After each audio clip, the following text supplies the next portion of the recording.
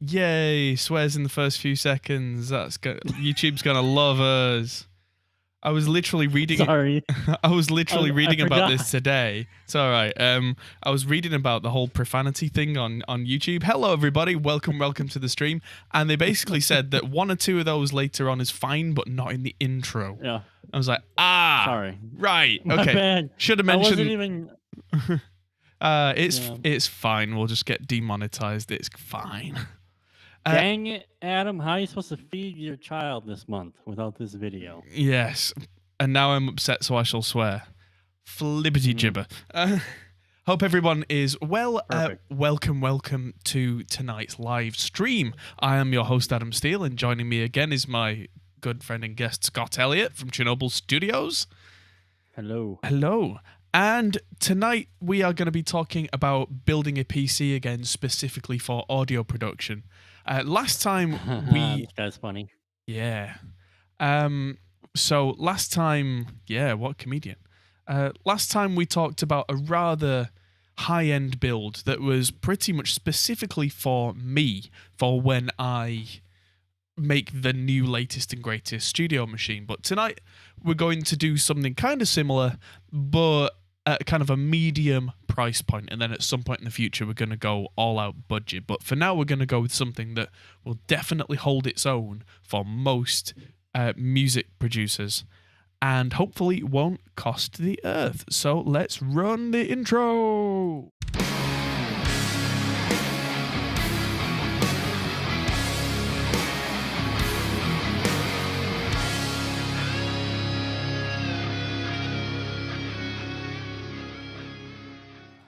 It's one thing I do kind of miss about the old intro is that little bit of guitar, like that actually goes on for about 40 seconds. It's glorious. You could always put it back in. You got the power. Yeah, but I mean, people would stop watching if it was just like basically a guitar noodle for 40 seconds at the start of the video. Well, just put a dildo somewhere hidden in the intro, and instead of "Where's Waldo," "Where's Dildo?" Huh? Get all the good ideas. Yeah. Eduardo's asking news about the Audion Evo.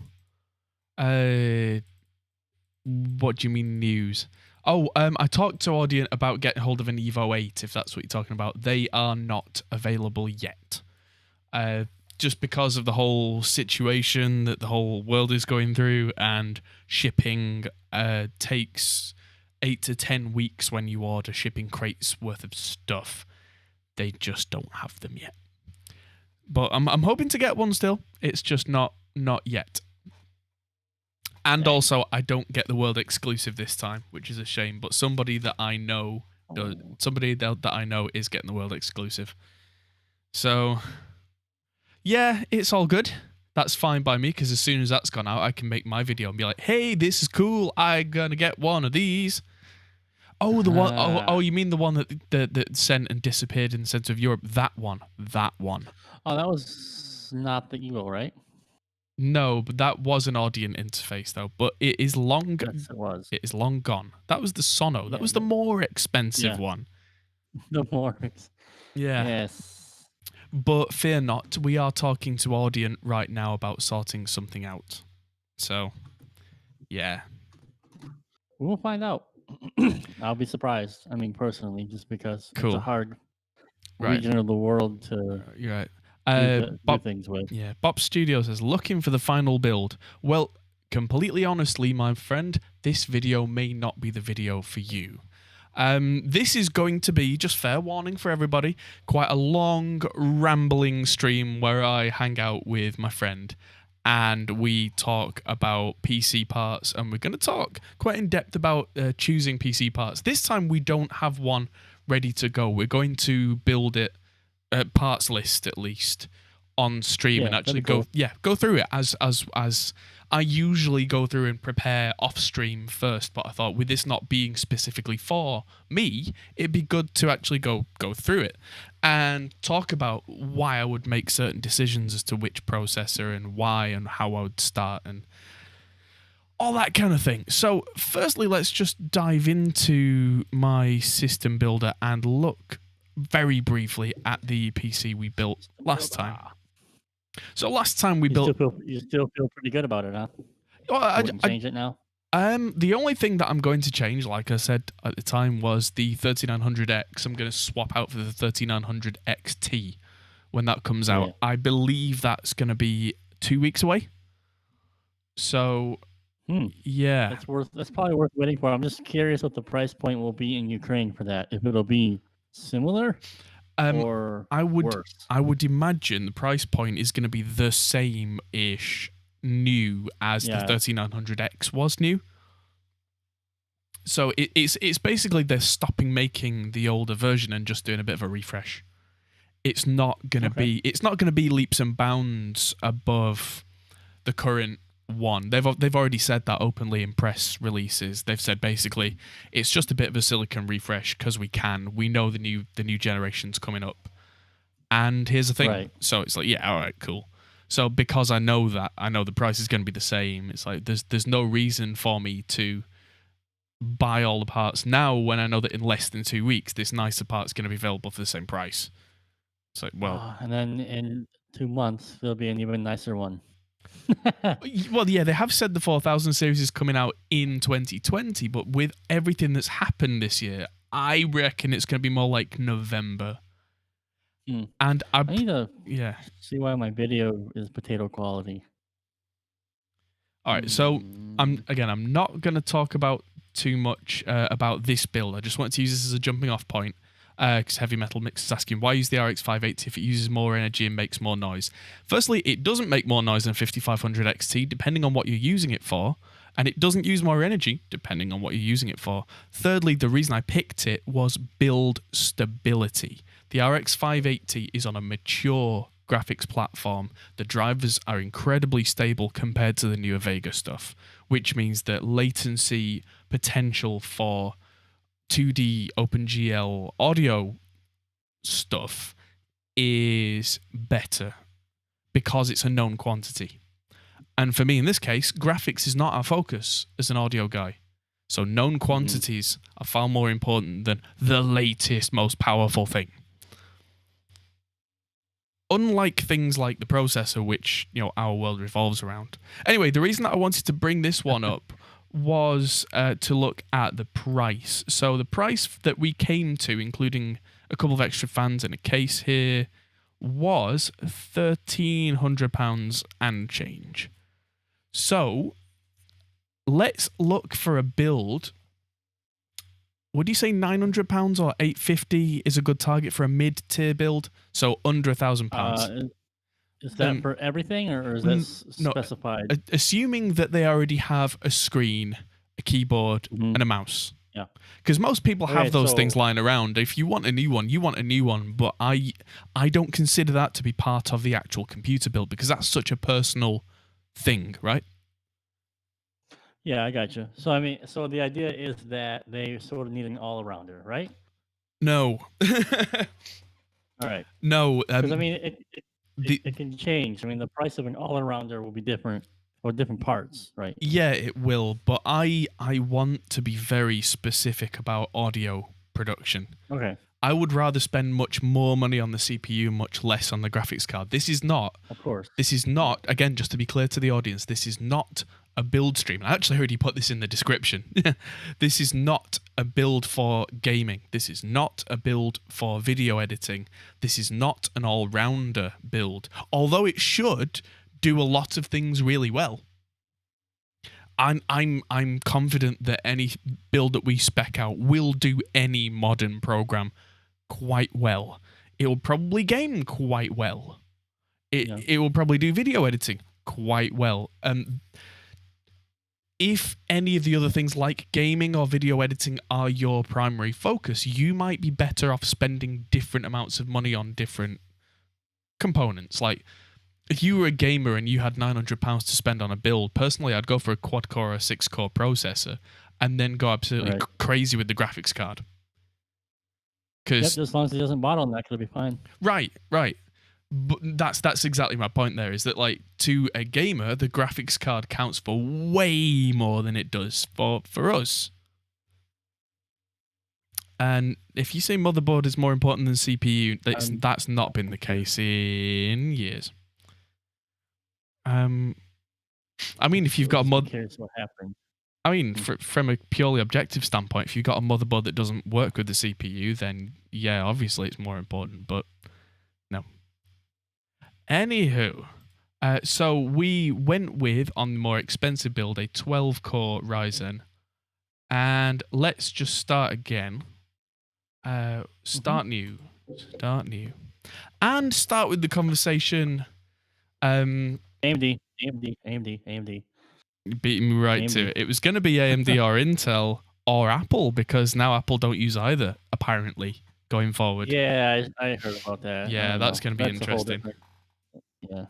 You covered that yesterday on stream, right? I did indeed.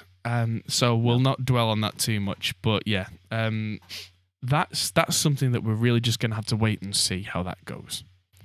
And so, yes, let's go with a Ryzen CPU. And right at the top here are the most popular processors, I would imagine, right now. I mean, I can't see any other reason why they would be right at the top here. And we went with a 12-core. So let's go with an 8-core. Let's go with the Ryzen 7 3700X, because that's £250. That's perfectly fine. Yeah, that is still plenty powerful for a lot of builds. If you were to look for an 8-core Intel processor right now, you're probably looking at another £100 on top of that. And just for perspective, I have the Ryzen 7 1700X, and I have no problem doing anything right now. Right. So, first generation 1700X, 0 issues, and yeah. Cool. And that was, how many years ago was that already? 2, 3? When they came out with that. I don't remember. I think it's 3 years ago. It's been about 3 years. Yeah, it's been about 3 years. Yep. And so the cool thing is now you guys don't have to worry about trying to find a motherboard that doesn't have the wrong BIOS drivers when you adopt the Ryzen CPU like I did. Well, actually that's becoming a thing again now. There's been a bit of uproar that a lot of the newer B550 and 450 motherboards might not support newer processors, and you'll have to update the BIOS, and when you do update the BIOS, it won't support the old ones, and oh yeah. So yeah, it looks like that's how they finally got people off of Windows 7. Well, yeah. Anywho, Amazon have the Ryzen 7 3700X for this. Oh, Marty, don't start talking about top CPU frequencies more important. We're not playing. Oh boy, we're not playing Call of Duty. For audio, guys, I honestly believe that the number of cores is far more important. Because the way that digital audio workstations work is they can split the processing for each channel and split them off to different threads, which then go off to different cores. So if you've got a mix that's got more than 8 channels for 8 threads, it then starts to stack them up, sure. But that's how it works. And then it has to compile them all back together at the end through groups and then through a master. So at that point, it can be advantageous to have a slightly faster single core, but if you didn't have the cores to process all these separate tracks in the first place, it's a bit of a null argument. And I've tested this. I have like quad core processors at the studio. Well, I've got a 6700 that runs like 3.8 gigahertz. If I disable 2 of the cores and overclock it to 4.5 gigahertz, it's got a faster frequency, but it performs noticeably worse. See, and like this, now, again, it's like petrol heads. We're squeezing the last 5% of something that the majority of the population doesn't care about. Yeah. So most people just, if I press the button, does it work? That's most home musicians and most home recording people. Yeah. And that's the thing about processing power with audio specifically audio, is it creeps up on you. It's not a problem. It's not a problem. It's not a problem. Then you've got 60 or 70 channels in your mix. And if you've got an underpowered processor, suddenly it's a problem. suddenly either if it's Pro Tools, it'll start stopping you and throwing CPU overload errors. I've seen that happen with Logic as well, but we're not talking about Macs today very much. And audio dropouts. Audio dropouts, pops and clicks. So yeah, if you can get around pops and clicks by just having the horsepower to have headroom so that there is no potential struggle, overkill is better than just enough in the audio world by a long way. Definitely found that. Because, I mean, you might have quite an intense mix, and on a decent computer, you press play, look at your CPU meter, it says, 50%. You're like, well, I only needed a processor half this powerful. That's not true at all. If you get anywhere above maybe 70% usage on most modern processors, that's when you start to get dropouts, because it's a vague overall meter of the average across every core. And that's why it's quite easy to misread a lot of CPU charts. Like, if I go to Task Manager and just look at the performance on my processor right now, I'm using a fair chunk of the CPU, but like OBS is using 14.9%. If that was single-threaded, that's a heavy load. Yeah, if that's single-threaded, that's nearly maxing out an entire core of my processor. In fact, no, that's more than maxing out a core. So, because the way you have to do the maths is you have to check out the number of cores you have plus the number of virtual cores you might have with SMT. Personally, I'm not a fan of SMT, or hyper-threading as it's quite often called. For audio guys, that's usually it's a false equivalent. It doesn't help. And that's something a lot of people also miss, is the whole conversation of hyper-threading. How much do you know about hyper-threading and what it is and what it does? Listen, I mean, honestly, not much. Yeah, sure. Well, and I mean, here's the other half of the coin. Like, Adam is way more hardcore into squeezing that last 5%. I am the other guy where I just look at everything. I keep everything at stock. I have zero interest in overclocking, or I look a little bit at price to performance ratio. Like, that's stupid to buy this because it's like absurdly expensive. right. I'll go with the second best. I'm never gonna overclock. I'm never gonna tweak. I just want stability, right? Right. And well, so the main thing you'd be surprised. when I'm building, sorry, go ahead. I was gonna say I'm not like that actually. You'd be very much surprised. Like, I don't like overclocking anything. For example, I don't do any of that. But okay, fair enough. I was wrong. I like to know the reasons why I'm doing things. That's all. Because like stability is a massive issue for me. Because some of the mixes that I end up doing are so complex that even on a fairly well-spec'd PC, you start to suffer from dropouts, which is... And if you get dropouts on Reaper, that is a big ass session. Yeah, absolutely.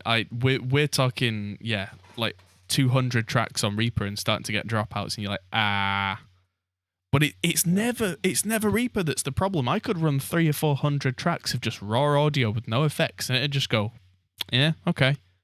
It's third-party plugins and separate effects. They are... how they programmed it and all that. Whether it's efficient or not, they're the resource hogs. And that's probably one of the reasons why I've started using Slate Digital a few years back so much, is it's so CPU efficient. It just is. Like, man, I can load up... talk me into getting my subscription again. I just know it. Just one of these days, it's going to be like, open up Gobbler, and here we are. Oh, no. We've all ditched Gobbler. Screw Gobbler. Gobbler is gone. Yeah. Really? Yeah. Is that where all my problems came from? Probably. I mean, I never ever installed a Slate plugin from Gobbler because I was on PC and you couldn't do that to begin with. A couple of years back, Slate moved all their billing away from Gobbler to just their own system, which is... check that out. Yeah, way better. And you just download the installers from their website, and it's so much better. Yeah, it's... Gobbler. Ugh. That was the number one complaint everybody had. Yeah, it was like another layer between me and my plugins. Yeah. Well, I think at the time Slate needed it because it was they didn't have a system like that. But there were so many complaints that like everybody just complained to Slate and they went, right, well let's find a way to just do it ourselves. Yep. Yeah. So that problem's kind of gone away, which is good. So that's just indicative of how much I didn't pay attention to Slate. I had a Slate for 2 years. I had the subscription Mm. for 2 years, and I just never used it. I don't know. Maybe I just was annoyed by the lunch. Like I just want to insert a plugin, not the lunchbox and then the plugin. Yeah. It's a really small, little, tiny nitpick. I get it. Yeah, no, I understand that, but I what's the word? Trying to think. You need some more beer, Adam. Have a drink. Actually, I do have a drink that I'm gonna start drinking. Cheers. What do you got there? Hey, you got the same glass, I think, even. Possibly. Yeah. Cheers. It's pretty close. All right, cool. Yeah, I've got 2 Swallows cherry rum and diet lemonade. Good God, I just got straight whiskey. I can't drink stuff neat. Not if I want to breathe. Just drink it and go, oh! Never been Yeah, much of a spirits man. No, dude, I got the easy mode whiskey. I just got the Tennessee Fire sweet shit. Oh, so I don't right, have to yeah, work on it. Oh, to be fair, I've been through a Yeah. couple of bottles of the Tennessee honey. That's also it goes down easy, and that's the scary part. Yeah. Oh, yeah. 2 bottles later, what the hell happened? But yeah. So definitely AMD for sure. Intel is just lull at this point. Yeah, they're Like, just they are the kings of doing like almost nothing. New Yeah. generation processor and raising the price. Yeah. Well, that's the big problem with Intel right now is that since Skylake, which is what my main studio currently runs on, there's been no architecture change. There's been no major improvement. And that was 5 years ago. And something that I watched Linus Tech Tips video about the Apple ARM thing, and he made a very good point. Oh yeah. He made a very good point, which was Apple are going to have their ARM machine ready for development this year, which means they made this decision somewhere between a year and 3 years ago. Right. They already were ready for it. They could see that Intel weren't pulling their weight and weren't going to. And for whatever reason, they must have a bad relationship with AMD. So they just went, right, okay, now's the time. Yeah. Maybe just the architecture wouldn't fit or too much would have to do. I don't know. Or maybe AMD said no. We have no idea. Who knows? Yeah. But that would be pretty incredible. AMD said no. Yeah.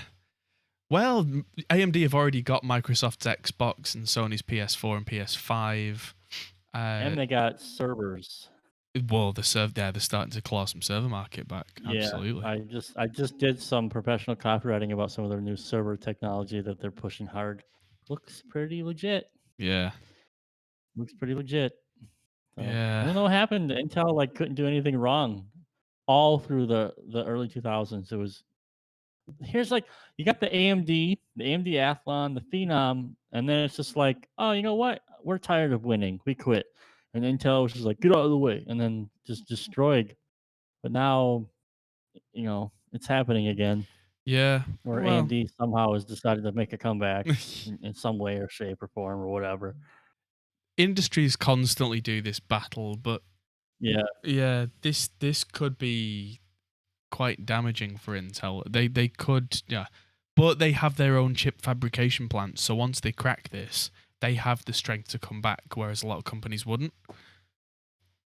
Well, it's good for us. I mean, shit. I mean, we got 2 people who now have to just keep one-upping each other. So, I mean, none of us lose. Yeah. And, I made a joke. I told my wife, because I spec'd out a machine and I decided to just go full hog on it. And because what I used to do is I used to look at what would have been like redonk machines 3 years ago. Yeah. And buy that technology like today. Right. So a $3,000 machine today is like $1,200. Right. And the first time I didn't do that was with the Ryzen, and I paid for that because I had 2 motherboards coming with the wrong BIOS installed. So Oh, I basically had a very expensive doorstop for about 4 weeks. right. And so I learned my lesson on that, so I won't ever do Mm. that again. So, Well, but I feel pretty comfortable getting the 3rd generation Ryzen now. yeah, by this point, that's Everything's kind of sort of ironed been out, yeah. cracked. Although, Yeah, that did happen a bit at the start of the 3rd generation for people using older motherboards. But there are, if that's ever a concern, pro tip, there are generally some manufacturers in a generation who have this thing. Usually, I think it's Asus have a feature where if a motherboard needs its BIOS updating, they have a feature where you can just stick a USB stick in the back and press a button on the back of the motherboard, nice. and it just That's updates. cool. Yeah, even with the wrong processor or with no processor in it or anything, it just can update the firmware without you having to bring up graphics and all that kind of stuff. It just does it. Yep. So But I yeah, mean, because I'm not totally like this with computers, but I mean, I don't want to get into that. I don't do anything in BIOS. I never flash. I never update. right, How I bought this machine 3 years ago is how it is right now, and it right. works Yeah, every day, I every time. I don't mind doing some stuff. I don't want to get too far into the weeds with it. Usually, I have done before. I used to spend a lot of time playing with really fine tuning settings, and I've learned that, especially for audio, the more you play with things, the more you screw it up. I mean, if you're a gamer and you're trying to tweak performance out, usually the settings are quite forgiving. Like, Sure. games don't have the same real time demands that the audio does. Like, if you change the speed of the front side bus to be 102 megahertz instead of 100, you'll get 2% more performance. And games usually kind of go, okay. Whereas Right. audio is based on like stability and clock and everything. And if you're running the Yep. clock 2% faster, audio goes, no, don't like this. Pop click, Yeah. pop click, pop Why? click. Yep. Yep. So I mean, and that's I mean, the first thing is you get off of onboard audio. That's the first thing. So I hope this PC build, we should probably include an audio interface into it, Mm. or at least make some recommendations. Yeah, sure. So Well, yeah, let's do that. But again, like we'll throw some recommendations in there, but it's definitely a lot of personal need and personal preference at that point. That's why I don't want to talk about things like screens, because you might need one screen, you might need two screens, you might need bigger, you might need a 4K screen, whatever. yeah, I And mean like, I get you on yeah. that. But I mean, obviously there are some interfaces you could say don't buy that. Oh Like yeah, yeah, yeah. anything pre-Sonus, don't buy that. Oh, absolutely. There are certain brands I don't particularly like trashing other brands, but I do like to support certain brands who have been really solid for me and have never let me down. So we'll come to that. Anyway, the processor is going to need to sit in a motherboard. So that's our next Nuh-uh. protocol. Yeah. But We're gonna go with an X or a B series. I I would say X. I'd say B450 actually. The You're gonna B450 go with a B4 B this time. All right. B450s have been absolutely rock solid by all accounts. And the B550 is kind of, they're expensive for no good reason. The Oh, cool. the Those B are fun. the B550s have got things like, they've got PCI Express 4.0 and Sure. we don't need that. For none of the stuff that we're going to use for audio uses anything that fast. But Good point. That's a good point, actually. the, So I mean, someone could get lost in the marketing hype, like USB 4.0, and then you're like, I never use it, yeah. or it's inconsequential. Yes, I mean, I've got an RME RAIDAT that there is a PCI Express interface, one of not very many, and I believe it's PCI Express 2.0 in a ×1 slot. I don't even need the PCI Express 3.0 that came out years back. I mean, it's backwards compatible, so that's great, Hmm. but I don't need anything more because the interface that I have will not take advantage of that. Like, I already have NVMe drives that run quite happily on PCI Express 3.0 at like 4 gigabytes a second or whatever it is, 3 and a bit gigabytes a second. I don't need faster than that. What am I Sure. going to do with faster than that? Most people can't tell the speed difference between regular SATA SSDs and NVMe. They can't tell the difference between 500 megabytes a second and 3 gigabytes a second. What good is 4.5 or 5 gigabytes a second going to do for us? And yes, higher number, Adam. yeah, stripe them. Why? What will that achieve? You're not going to feel a difference for what we're doing. Most of what we do, honestly, as audio guys, is based in the RAM. Once like audio files, relatively speaking, on a second per second basis, are tiny.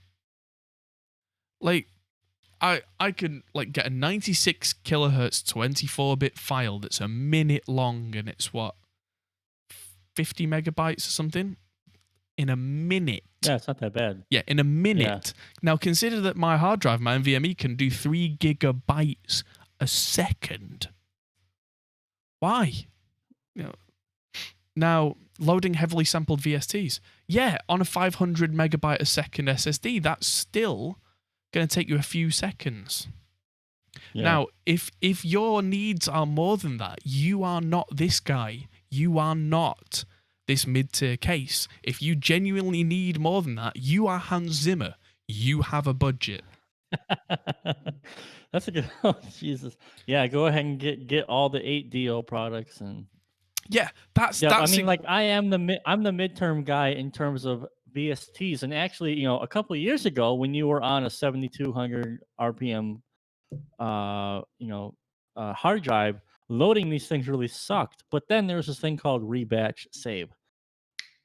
All my instruments load instantly, basically now, because I went through all of them and just rebatched them through the contact interface. Huh. And so when you load them in, basically the files are like predetermined, pre-saved. So it just goes, oh, okay, and they're loaded within seconds on my terabyte drive, Western Digital Black. So I can't wait to get the solid state and see what happens. Yeah, I mean, having a solid state drive will make things run faster, but genuinely, the difference between kind of a regular SATA SSD and some of the latest blazing fast stuff is not what people think it is. Not unless you're like running servers where we were doing like crazy database fast access work, or unless you're doing something with, I don't know, like real-time animation where, you know, 8K real-time VR, I don't know. Basically, if you work at Pixar.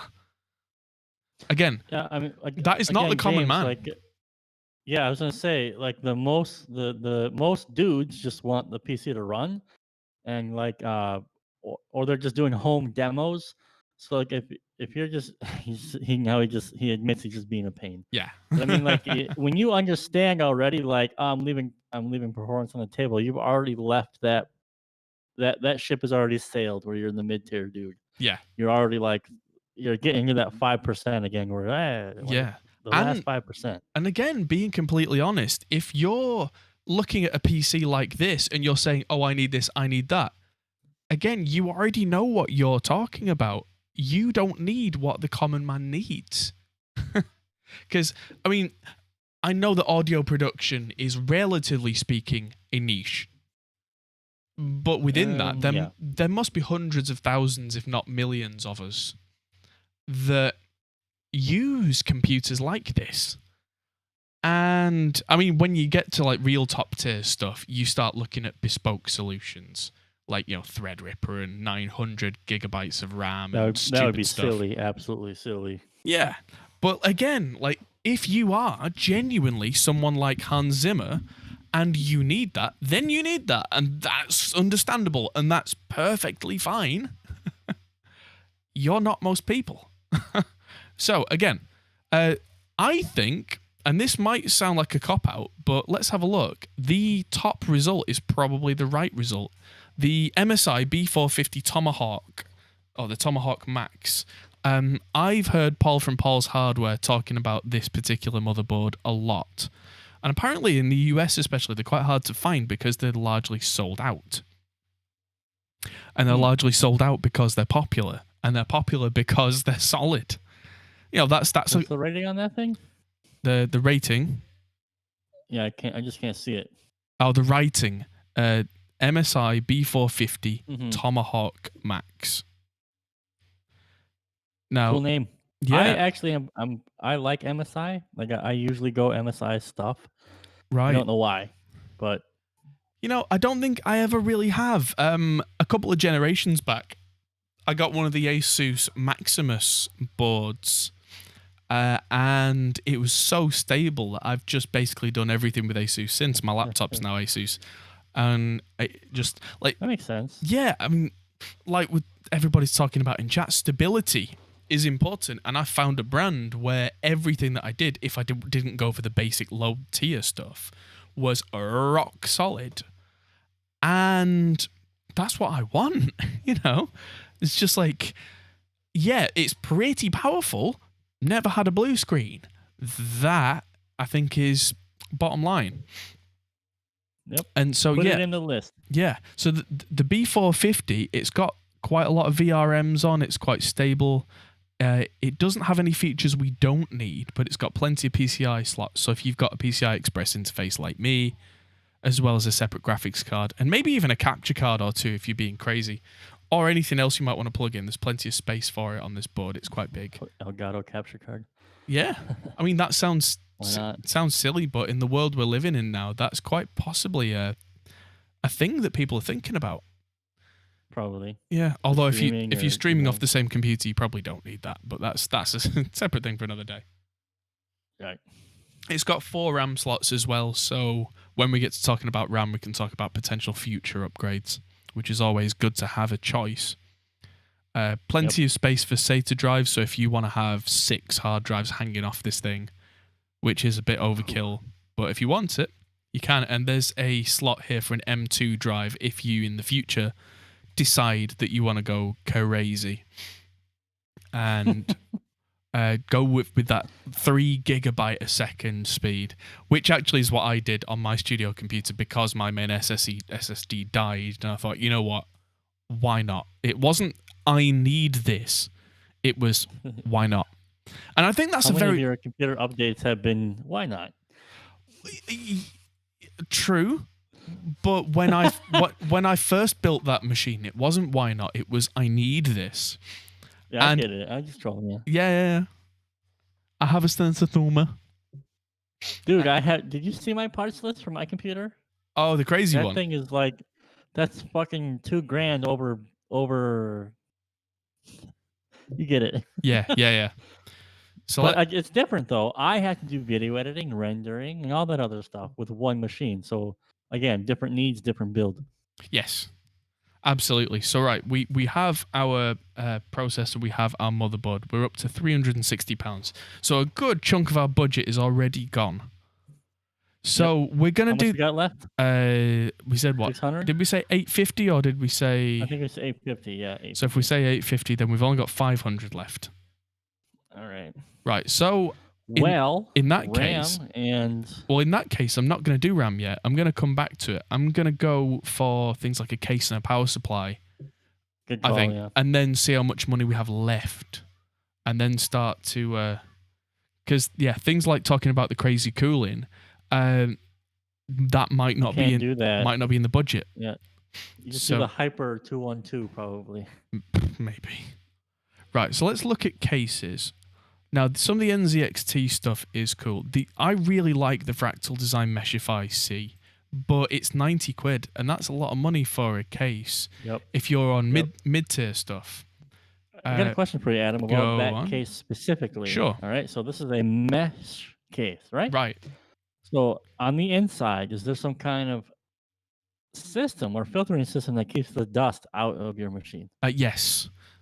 So it's got magnetic dust filters on, I think, the front, the back, and the top. All right. And even the bottom, I think, as well. I was looking at this one, and it's all sold out in Ukraine, and it was hard to understand right. How the dust stayed out. Yeah, it's got filters in that you can take out and wash. Oh, great. Cool. But yeah, also from Fractal Design is the Focus G. Now, this is slight. That was awesome. Yeah, it does look like it's got you can tell it's designed for people who may be on a lower budget or have a slightly older school mindset, because it's got space for 2 potential optical drives. Why? Nobody uses optical drives anymore. I mean, there's the odd producer that might make a CD for a client, but most of them don't care. And myself, I've got an external DVD drive that I pull out of a drawer when somebody wants a CD. Yeah. Yep. Yeah. It's in the cupboard. But this looks like a solid case with an acrylic side panel, so it's not a glass side panel. But at the price, it's £46.99, which is half the price. That'll be fine. Yeah, so that's half the price of the mesh. Could you open again the inside? Sorry, I just didn't see. Yeah, so that's what we where's the power supply? It's on the bottom, right? Yeah, so it's a regular ATX power supply on the bottom. Cool. And then, so I mean, looks like you got some room for cables and stuff. Yeah, a lot of the older cases, people will also say, like, oh, I've got an old case, I'll just use my old case. Old cases don't usually have space around the back for things like cable management, hiding cables. How do I know this? I keep trying to use the same old cases that I've had for 10 years and going, why is there no space in the back? Why didn't they think of this? This is stupid. And that actually can contribute. It can contribute to high temperatures. Yeah. And low airflow. So, I mean, people who are like, oh, cable management, it's for little. It matters because, I mean, think about it. Now all of the heat that's being generated by the new hardware and the new technology. Yeah. If you got a bunch of cables hanging around soaking up the airflow, I mean, it could be just a couple of Celsius degrees. Yeah. But heat is the enemy of high performance. Oh, and stability and long life. Right. Long life is the main thing for me. So right. power supply, we need one of them. Now, so I'm a big fan of Seasonic. Yeah, I like Seasonic too, but we are looking at the budget end. Oh shit! Sorry. No. Seasonic make great stuff. Let's just try. Let's see what Seasonic have that's in a reasonable budget range. Hold the phone. Seasonic do their S12 III, 80 plus bronze, 500 watt, £45. That sounds quite reasonable to me. I would probably try to get a gold. I'm really, really weird about power supplies. Well, I'm scared. I guess what I should say is I'm scared. All right, let's change our criteria then. We'll sort it by descending price, but it must be 80 plus gold. I think we have a winner. Be Quiet's Pure Power 11. Let's go with the CM, which is watts. 400 watts, which is probably more than enough because the CPU is 65 watts on this. And you're not going to have a GPU pulling anything, so. Well, yeah, even if we pick a GPU, we're not going to pick a real like horsepower, fire-breathing monster. So, well, we do need to pick a. We need to pick a graphics card of some point because we picked an AMD CPU. And we should also mention for the mid-tier builder, the PSU. What am I trying to say? There is an optimal range of efficiency where the PSU should be running. So if you go to the top of the page here, there'll be a calculator of how much TDP. Yep. Or I don't remember of how much you're pulling. Yeah. And for me, I try to get a PSU that will be about 100 or maybe a little bit higher than what I would be pulling at max load. Right. Because as Anakin explained, over time they deteriorate. Right. I personally could go even higher than that. That's me. What did I get? I think I got a 650, right? I don't remember what I got. Yeah, anymore. like although having said that, in the last 5 to 10 years, I saw a massive hour-long talk with the guys from Gamers Nexus and the guys from Corsair talking about power supplies. And over the last 5 to 10 years, designs have changed. It used to be, if you looked at an efficiency graph for a power supply, it was basically nothing. 50% power load was kind of peak efficiency, and then it kind of tailed off, which is interesting. It's what most of us expect. But now that's all changed. The really, really efficient switch mode power supplies, you're looking at like 60-70% efficiency at no load. It basically goes straight up to whatever the rating is, 80-85%, and pretty much flatlines all the way out. They're way better. That's impressive. Yeah, they're way better than they used to be. They've changed something fundamental about the design topology that wasn't the same before. And I think because power supplies aren't sexy, they're not like the new CPU with more cores. And people go, oh, it's a power supply. It's got 100 watts more. What's the deal? That went over. Modular. Yeah. Okay. That went over. that went out of scope of almost everybody's radar, and I watched the video and I was like, "Oh, okay, things are different now." So I'm Yeah, because I still yeah think like it's 2000 again. yeah Like the shitty ass ugly light PSUs, yeah PCU, the dangly cables, like a bunch of snakes coming out of like a box, yeah. like the sharp corners, all that stuff. I Oh, mean, that's what I think of yeah, with the old still in my head. ketchup and mustard cables. Yep. This PSU has white cables. Is that going to What? affect the tone somehow? I mean, they look pretty black to me.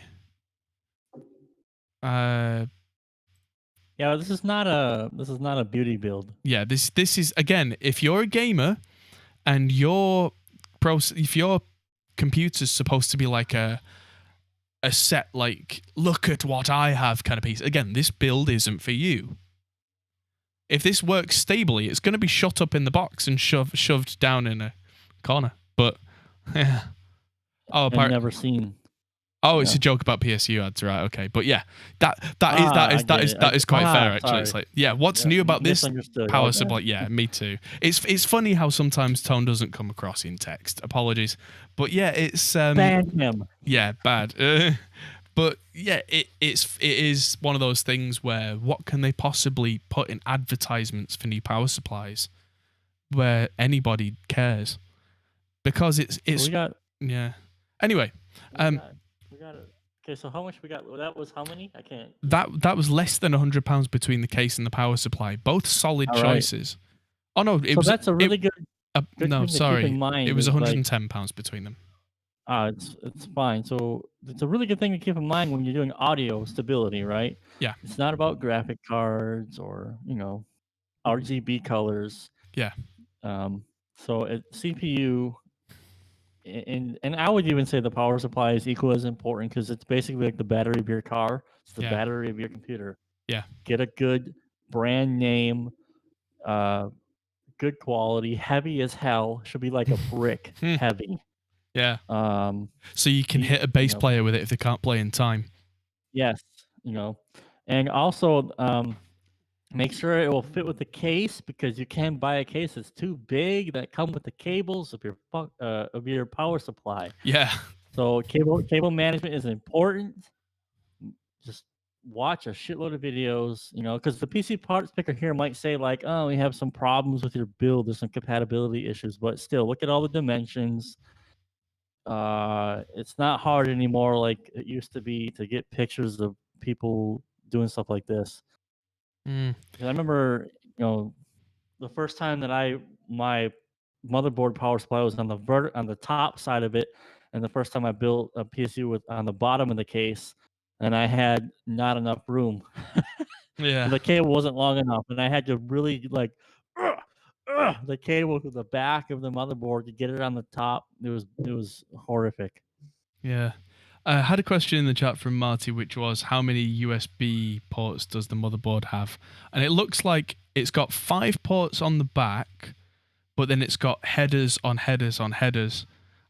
So you can have lots and lots of them either on the front of the case or I quite often will have, so you can have, there's like USB 3 headers and let's try and find the specs. There we go. USB 3.2. Nobody cares about USB 3.2. It can go 10 gigabit a second, but you do have to buy products that work with that. Otherwise, it's just a regular USB 3 port. So yeah, it's got 4 USB ports. It says front, but that's if your case has them on the front. What you can do if you've got a spare slot on the back is for like £5 off eBay, you can get a USB socket that you just plug into the motherboard, so you've suddenly got more USB ports, and you can do that over and over with as many of this as you've got. There's got to be more USB on there as well. Yeah. USB 1. I mean, how many would you need? Mouse, keyboard, iLock, maybe iLock, e-licenser, audio interface. Oh, good call. Yeah, for a lot of and people. maybe a webcam. Yeah, that's already more than the wrong. 5. That was 6 maybe. But shit, man. But then you might want to plug your phone in. You might want to plug this, and you might want to plug that in. But yeah. Why would you plug your phone in the computer?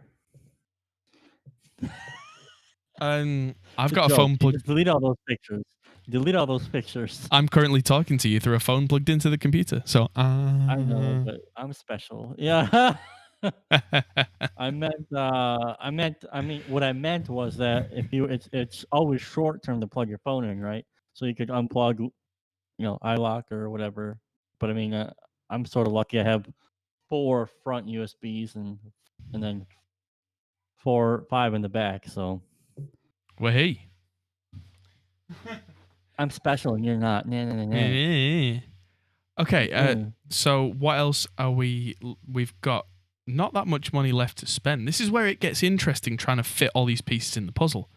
So let's start with memory, because memory is pretty important. And I've seen a few people in chat suggest 16 gigabytes of RAM, which I think is probably the right choice for this, because I don't think you need 32 gigabytes of RAM unless you've got crazy busy productions going on. And again, for people who say, oh, but orchestral samples and stuff, you are not the common man. You are not the average use case. Yep.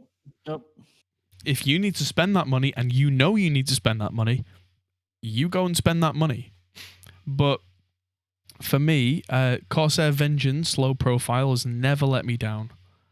And this stuff's pretty good, actually. 3200 megahertz stuff is something. You go into the BIOS, you literally press like 2 buttons to turn on. I think it's called DOCP, which is like the automatic overclocking. You go, yes, please. And yeah, you literally you don't do any overclocking anymore. You know, all these fancy fast RAM speeds with Ryzen, they don't do anything if you just plug it in and turn it on and go and never touch it. Right, which is me. But if you go into the BIOS and there's like DOCP and it just says enable and you say yes, that's it. It's on. It's fast. Yeah. This computer will be basic libraries, some plugins, 30 to 60 tracks max. I massively disagree. Completely disagree. No. This is twice as powerful as my current studio PC, which can handle 200 track mixes with full libraries. I mean, it's twice as powerful as that. This is an absolute monster. This is not that. This is powerful. Yeah, I mean, this system orchestra that Marty keeps talking about, this SWAM system, which is like modeling, it's like modeling audio somehow, works fine in Reaper with 16 gig of memory. I mean, my main studio PC has 16 gigabytes of memory, and I load tons and tons of libraries in for VSTs. Vienna's. You know how much the Vienna's cost? They cost, the library of Vienna costs more than the computer that we're building now. Yeah, so, I can believe that.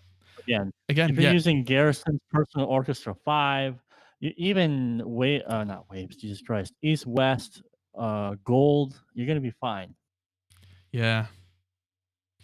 So yeah, I mean, 16 gigabytes of RAM for an audio program, unless you are absolutely the outlier, is more than enough.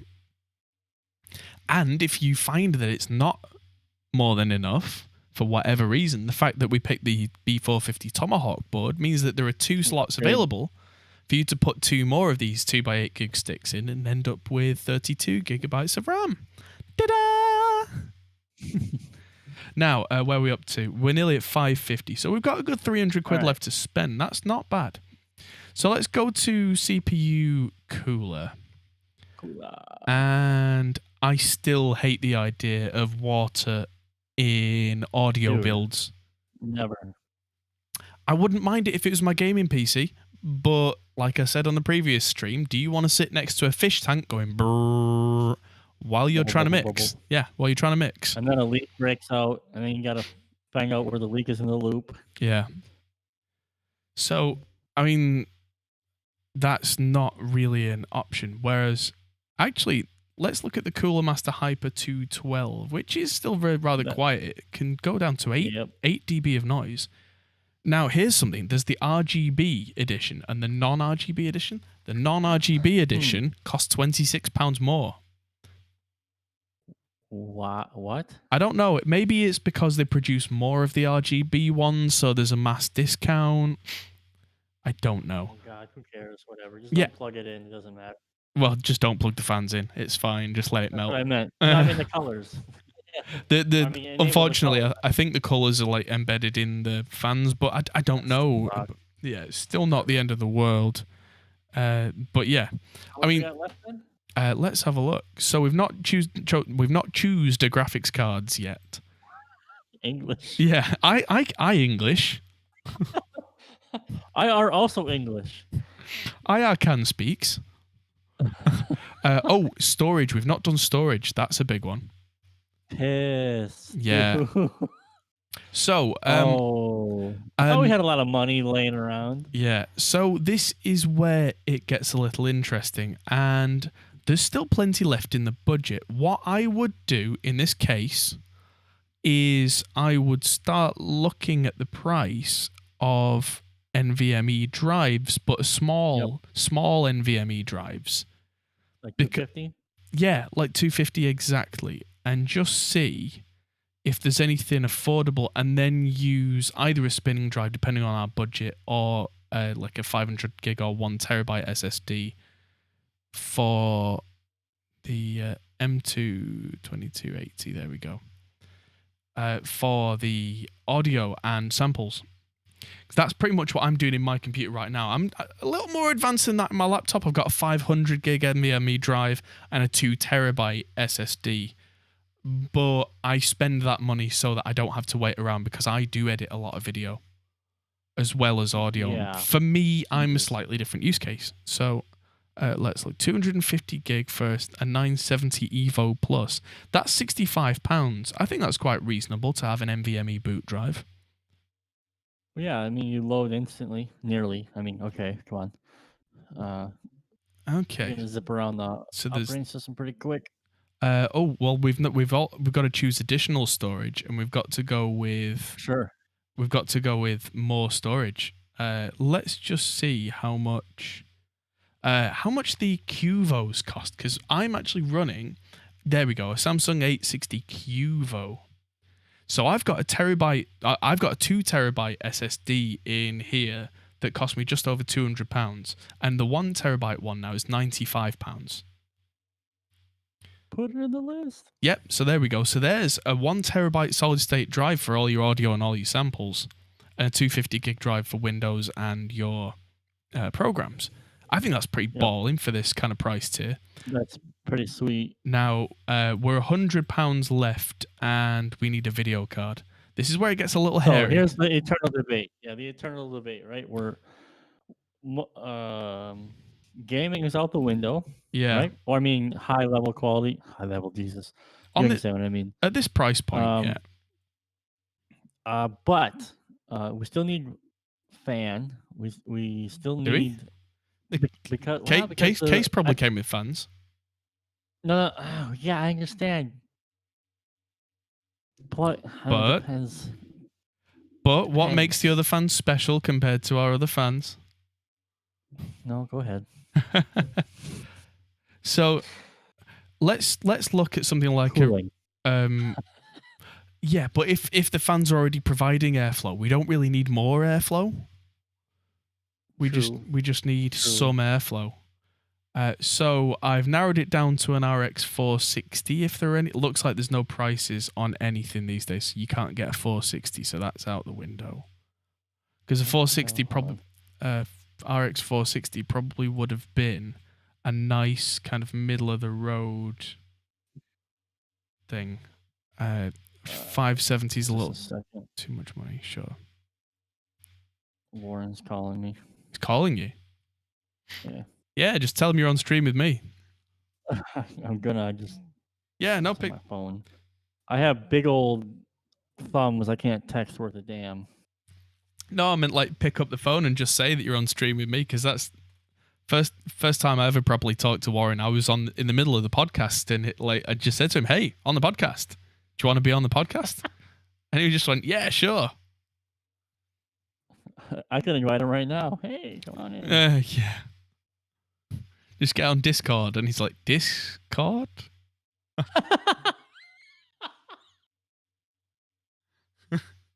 I'm kidding. That's funny how Discord is becoming like the musicians app. Yeah. It's just way better than Facebook, man. I mean, God, I hate Facebook. There's nothing available that's affordable.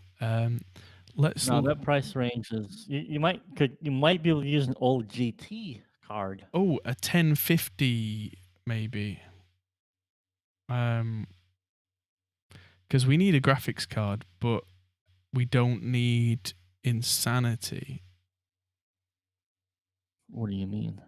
Like, we don't need something really powerful. I know, Adam, troll. The troll is in control. Graphics 1080p, 3 screens max. Oh, Man, oh, I bingo. don't The RX 550 is probably going to do it. there you go. Yeah, so let's have a look. XFX RX 550. It's got lots and lots of outputs, which is important for audio guys. It's 91 pounds. It's got a single fan, which probably doesn't even spin until it's needed, which is great for audio. Cheers, Danny. See you soon. Yeah. We're really within budget, huh? Wow, yeah, by 10 whole pounds. And considering that I would, if you need a copy of Windows, get one from somewhere like, you know, CD Keys or scdkey.com or something like that for a tenner, yeah. Then, yeah, that is pretty much that. So we didn't pick that or software. I am going to go and visit the men's room. So I'm going to put the break screen on for a minute. I know.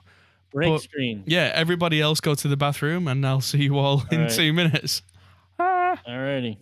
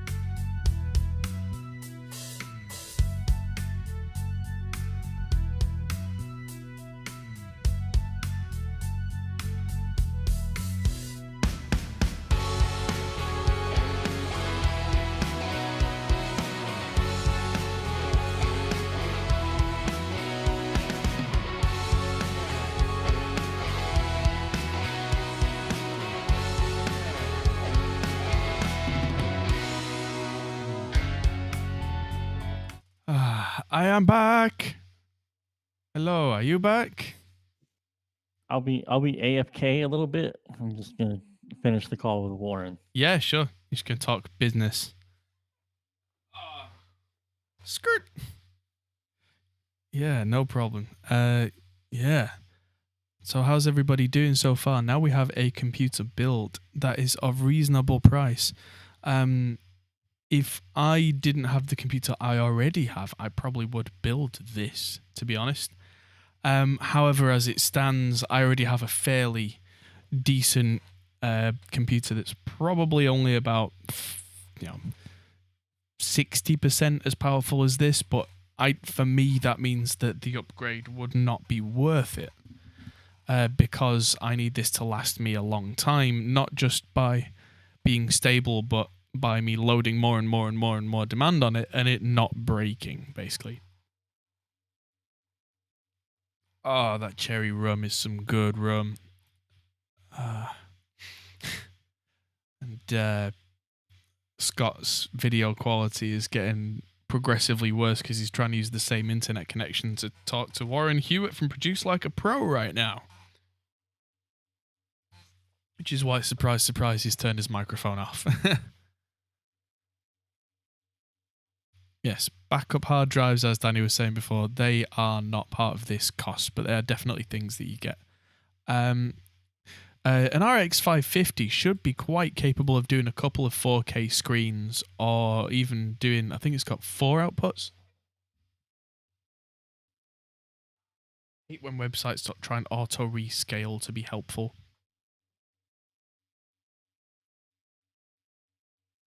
I think the 550 does only have 3 outputs there. But that's still plenty for most people. Like, I use 3 screens when I'm working at the studio, and that is more than most people.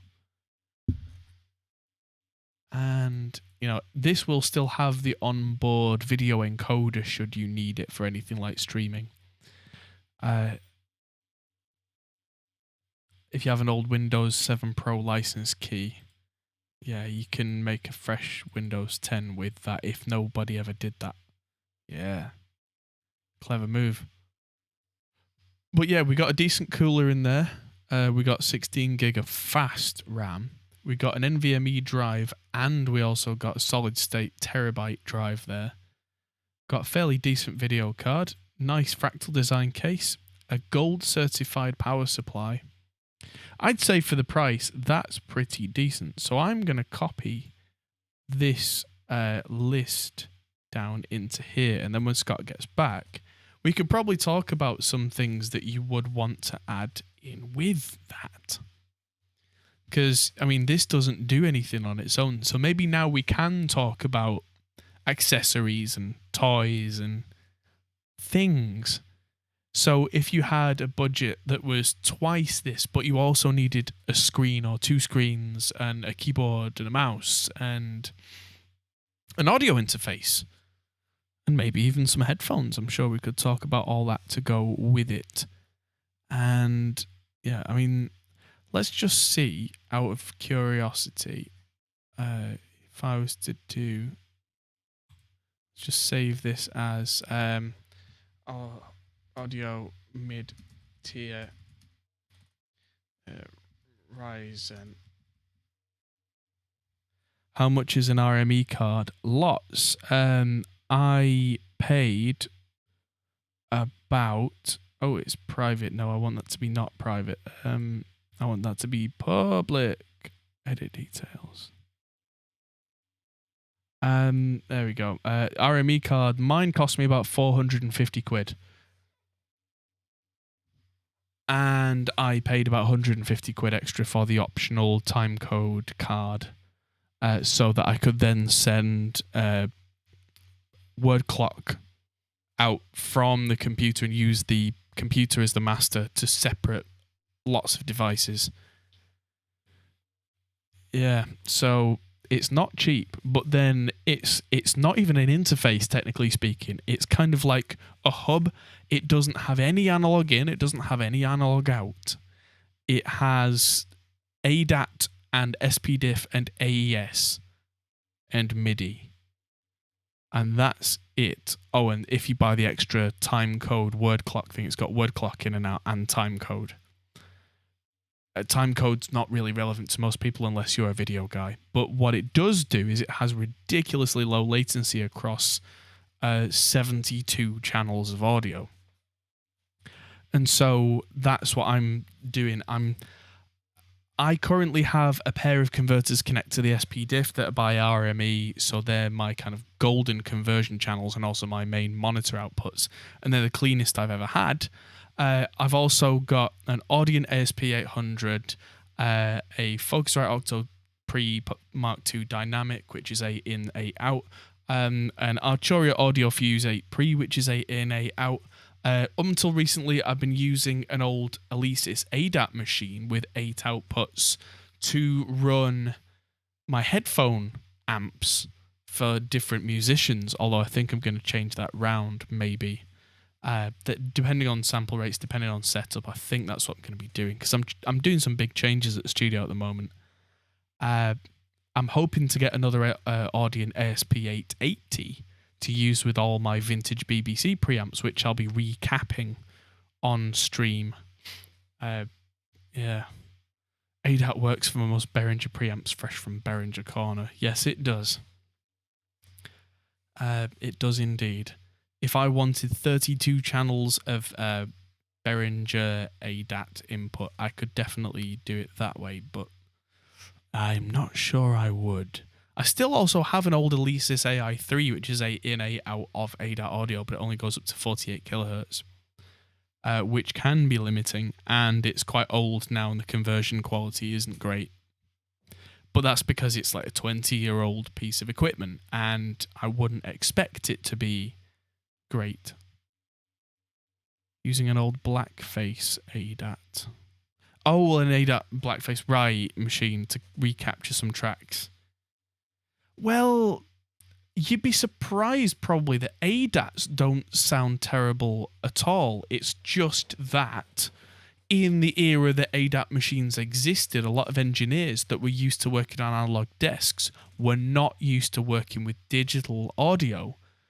And so they were used to driving things onto tape in a certain way. And unless you really adapted to working specifically with ADAT, you might end up with a slightly sterile sound, because you might push the volume into an ADAT and all you get back is the same source but just louder. Whereas if you push the volume into a tape a bit, it comes back a bit more saturated, a bit more soft, a bit more forgiving. You just have to keep that in mind when you're working with old ADAT transfers. Alanis Morissette's Jagged Little Pill was all recorded on ADAT, would you believe? All of it, the entire thing. Some of the songs use 6 or 7 ADAT machines all linked together. And yet that album sounds amazing because it was all done on nice big fat analog desks. All the vocals were done with an AKG C12, which is, one of the nicest microphones in the world, despite being recorded on ADAT. Yeah, it's not the ADAT's fault. It's definitely whatever was recorded on that tape. If you're getting clean transfers back, that's the other thing. They could be quite sensitive to audio problems, those things. I am aware of that. But if you can get a clean transfer, any deficiencies in the sound are not due to the tape itself. Like Rush's Moving Pictures album wasn't recorded on ADAT, but in 1980 it was recorded on, I believe, an early Sony Dash digital tape system, a digital 24 or 32 track tape, which Tom Lord Alge used the Dash machine for years and years because he believed that his converters had a certain sound. But it was actually 16-bit audio. All the multi-tracks of Tom Sawyer by Rush were all recorded on 16-bit digital. And everyone's like, oh, the sound of analog, man. And it's like, no, like the synths were analog. They went onto an analog desk, which then went to a digital recorder. And like the drums, obviously, and the bass and everything, they were all analog. But they went through an analog desk to a digital recorder. And yeah, locking ADATs to a SMPTE track on tapes, surprisingly good. SMPTE tracks on tape could be an absolute godsend. But yeah, I mean, as Aceman will probably know, if you had a 24-track tape, chances are you actually had more like a 22-track tape, because track 1 might not be the best quality and track 24 was often reserved for SMPTE timecode striping. Studio I used to help out in had a thing called a whizzer, and the whizzer hooked up to the tape machine and would stripe SMPTE timecode onto the tape really, really fast, so you didn't have to wait 20 minutes for a 20-minute tape to get a SMPTE timecode on a track. It would literally whiz by. So it just went woo, and rewind it. And that meant that if you had the right tape machine, it could actually run the roller heads on the tape at a speed based on how fast the SMPTE timecode was coming back, which meant you didn't get flutter on the tape, despite the fact that it was analog tape. Jesus. Genius. Did I say Jesus? I meant genius. Blah. And quite rightly, on track 23, you might get a little bit of SMPTE, so you'd probably not want to put your most important thing on track 23. Yeah. I remember far too much of this stuff, considering that I'm not quite old enough to have really been there, but my first demos that I did as a 14, 15-year-old were all done to 3 ADAT machines all synced together. And yeah, I've been there. I've done it. So yeah, I'm only going to have the one cherry rum, I'm afraid. Don't drink much these days, and I'm trying to lose some weight, so drinking sugary things, I can treat myself, but there's only a reasonable limit. And yeah, I'm kind of waiting for Scott to come back a little bit so that I can eat myself a grenade. So I'm going to go and chew on a grenade when Scott gets back. It's a Jaffa Cake flavoured protein bar. Num, num, num, num, num. I wish I knew how long Scott was going to be, but I know how long Warren can talk for. So, 8600K build. I remember making that. It was 800 odd pounds. That must have been in that kind of thing. Audio mid-tier, yes. So, let's talk about mid-tier audio interfaces. Because if you're getting this kind of a machine, you're probably not running a Behringer UMC 202, because you'd probably be quite, on it with sound quality at this point. So let's start looking. Let's use a local dealer to us, SX Pro. SX Pro are based in London. Ooh.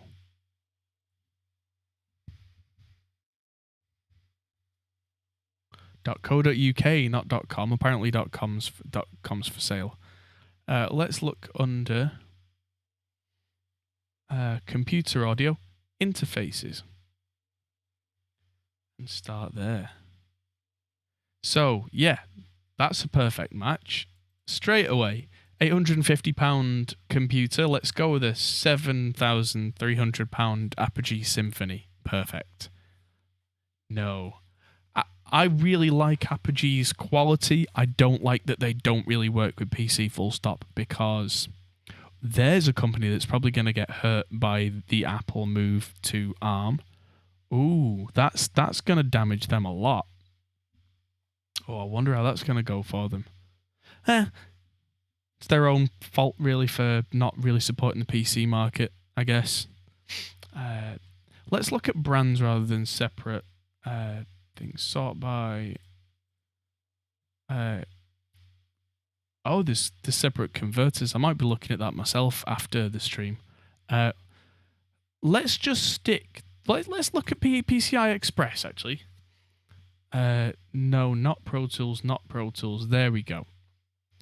So Link stuff is okay if you don't mind all your external preamps and converters being AES, which is far less common. And it goes Lynx, RME, and then there's SSL. What, SSL, Dante? Why is that more expensive than the Focusrite one when it's identical? Huh. The Focusrite Dante PCI ER card is about 900 quid. That's 1600. That's interesting. Why? Don't get it. Anyway, if you look at PCI Express, yeah, that's the one I've got. The HDSPE RAIDAT. They're all the HDSPE series, but you've got the AIO, which is the kind of basic one, which has 8 ins and outs. But it also has a little bit of analog input and output.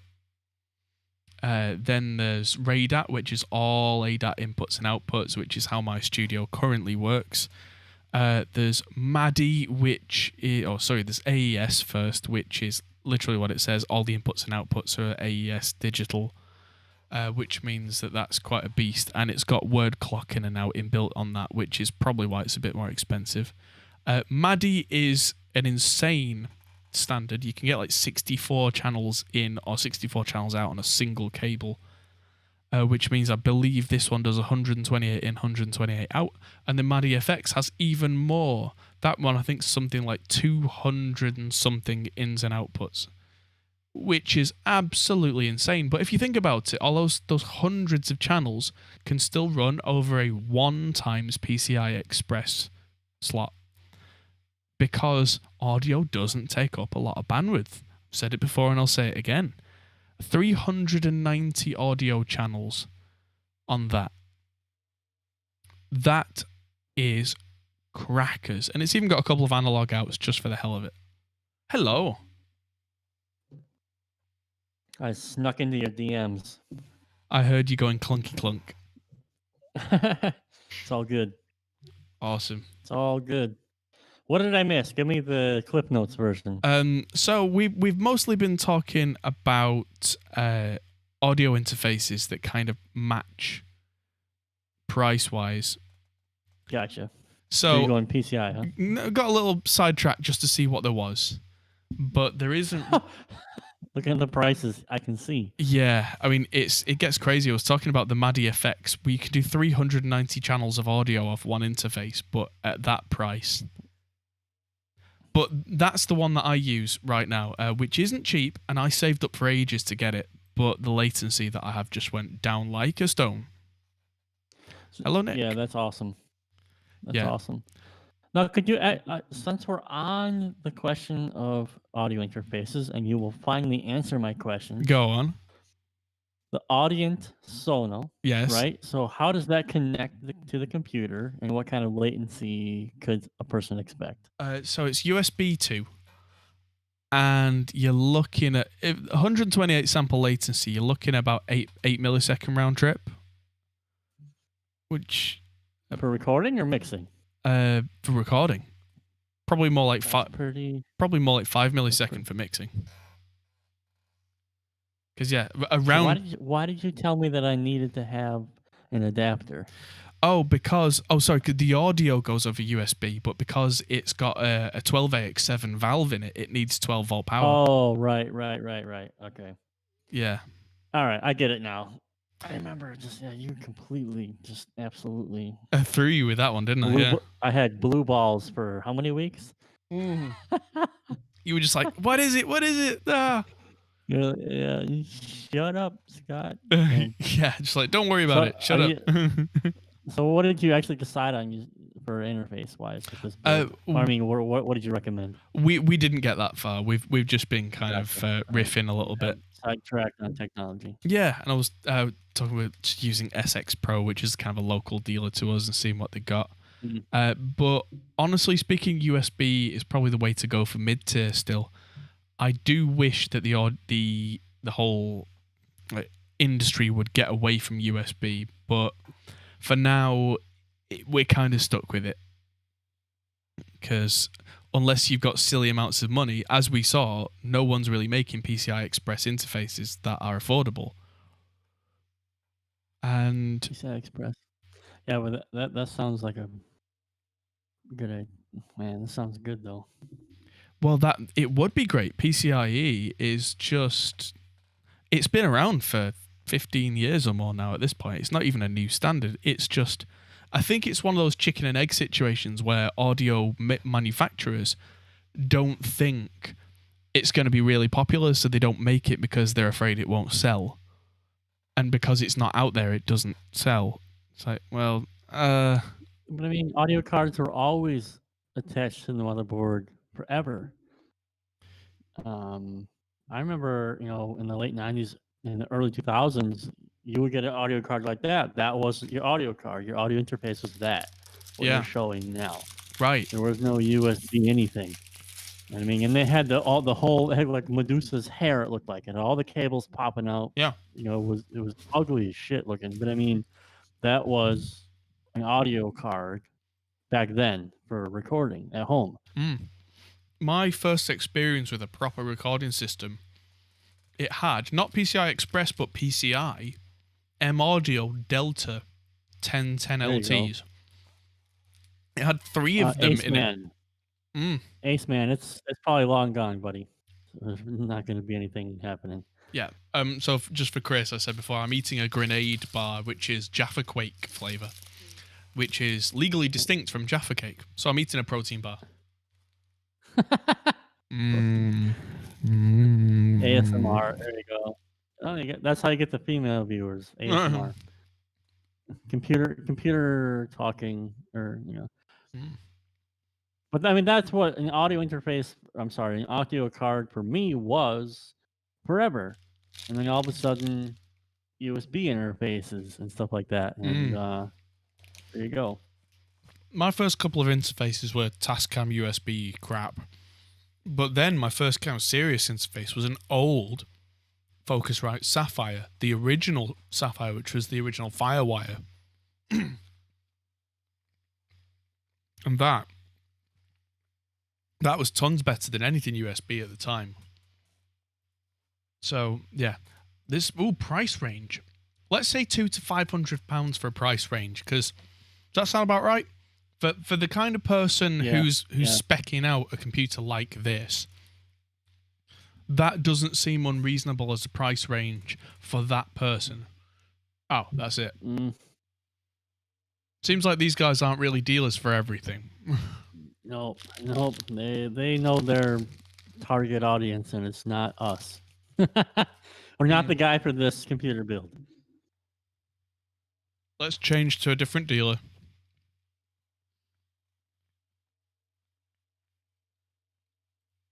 Audio interfaces, USB. Why don't you just do the ID44?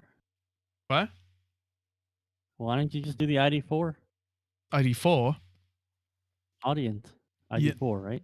Well, the ID4 is it's too low tier for this kind of thing. It's got one mic input. And like, if you're speccing out a computer for doing some serious mixing, you probably want to record more than one track at once. True. For me, for this kind of level, I'd probably be looking at an ID44.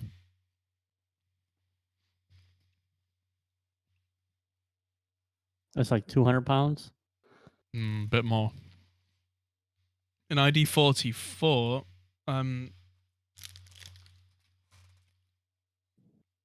let's just narrow it down to audience. That'll make it quick.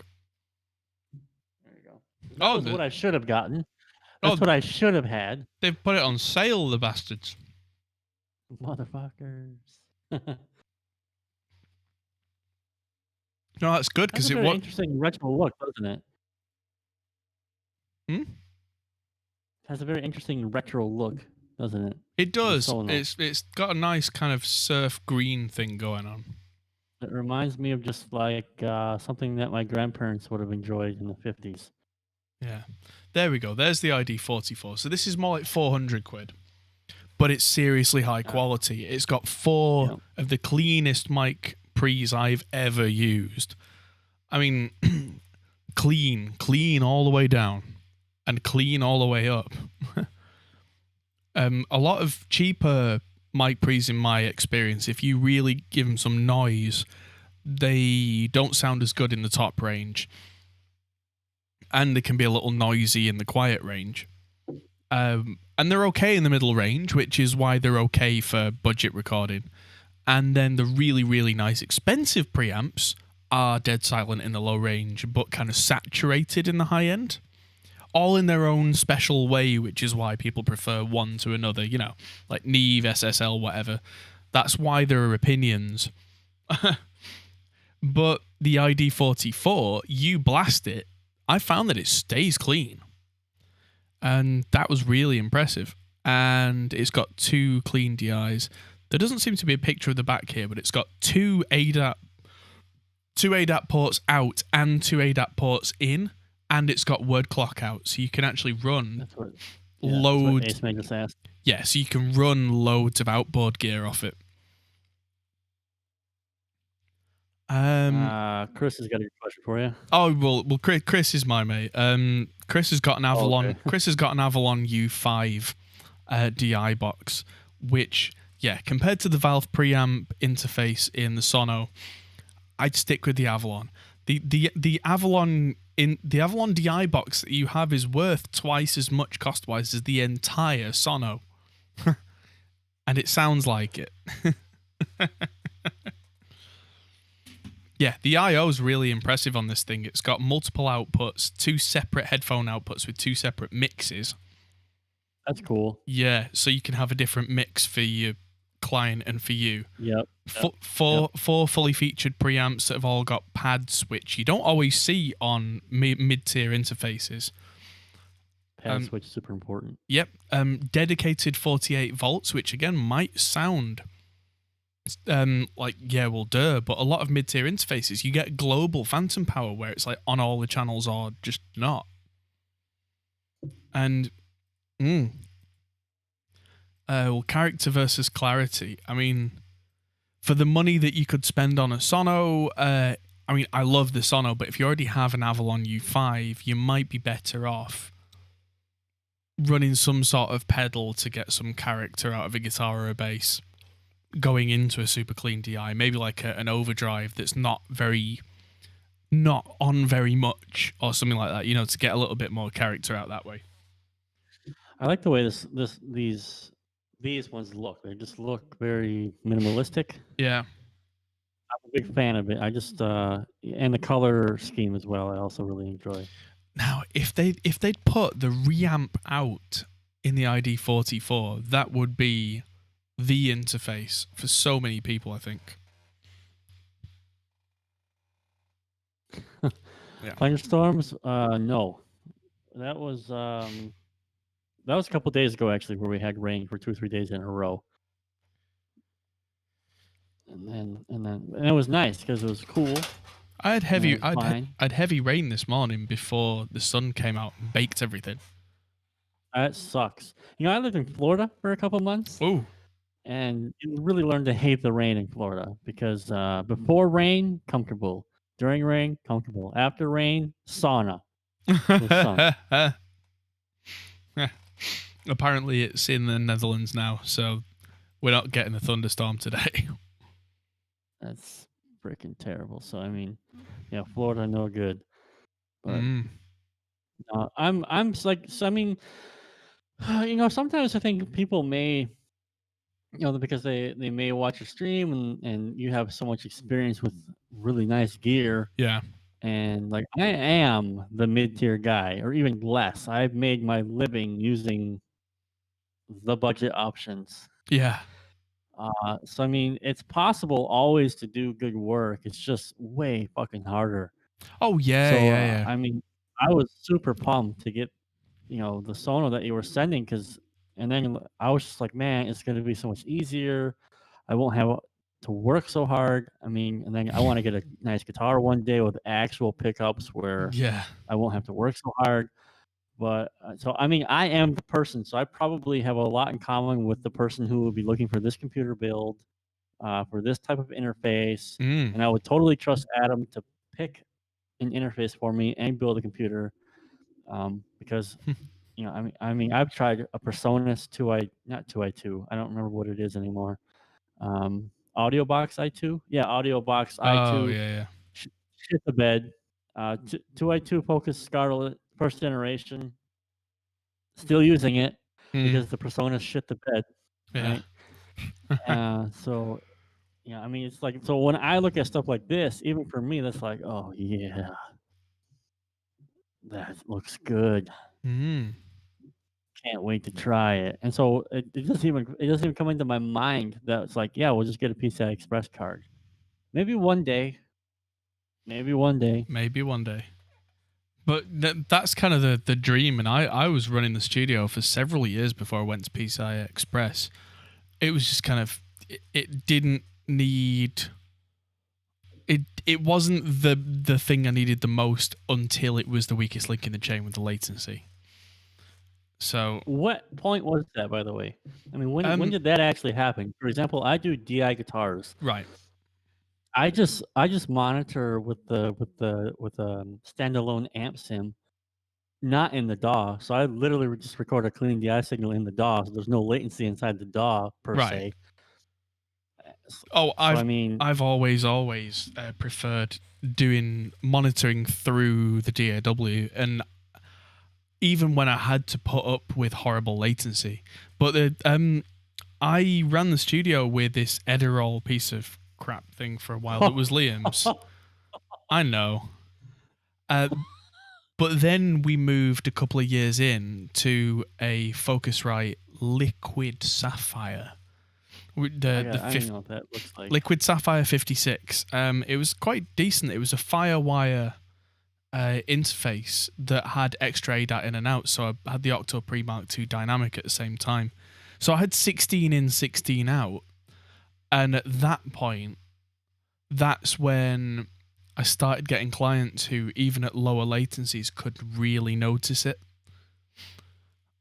Because especially as a professional studio, not everybody can deal with small amounts of latency. Some people are very sensitive to it. True. And yeah, I've always been one to like route through EQ and compression and reverb and things in the box. So that's my method, which means that the latency was becoming an issue. So at that point, What year was this? 2013, 2014. Yeah, because they're selling them on Reverb right now for $400. Yeah, not worth that kind of money. Looks ugly as shit too. Yeah, they were worth it at the time because they had two channels that vaguely tried to pretend to be like Neve preamps, or I almost always had them on the Manly Slam preset, which I think they called Dunk. Dunk? Yeah, Slam Dunk. Like trying to get a... Oh, see, so, okay, I'm looking at the back now. Oh, yeah, all right. So Yeah. back then, yeah, this would have been nice. Yeah, so back then it had quite a lot going on, and using the extra ADAT inputs and outputs, I actually had nicer Focusrite preamps on the Octo Pre Mark II Dynamic, which I still have. But now that's the weak point in the studio because the Liquid Sapphire got sold years ago.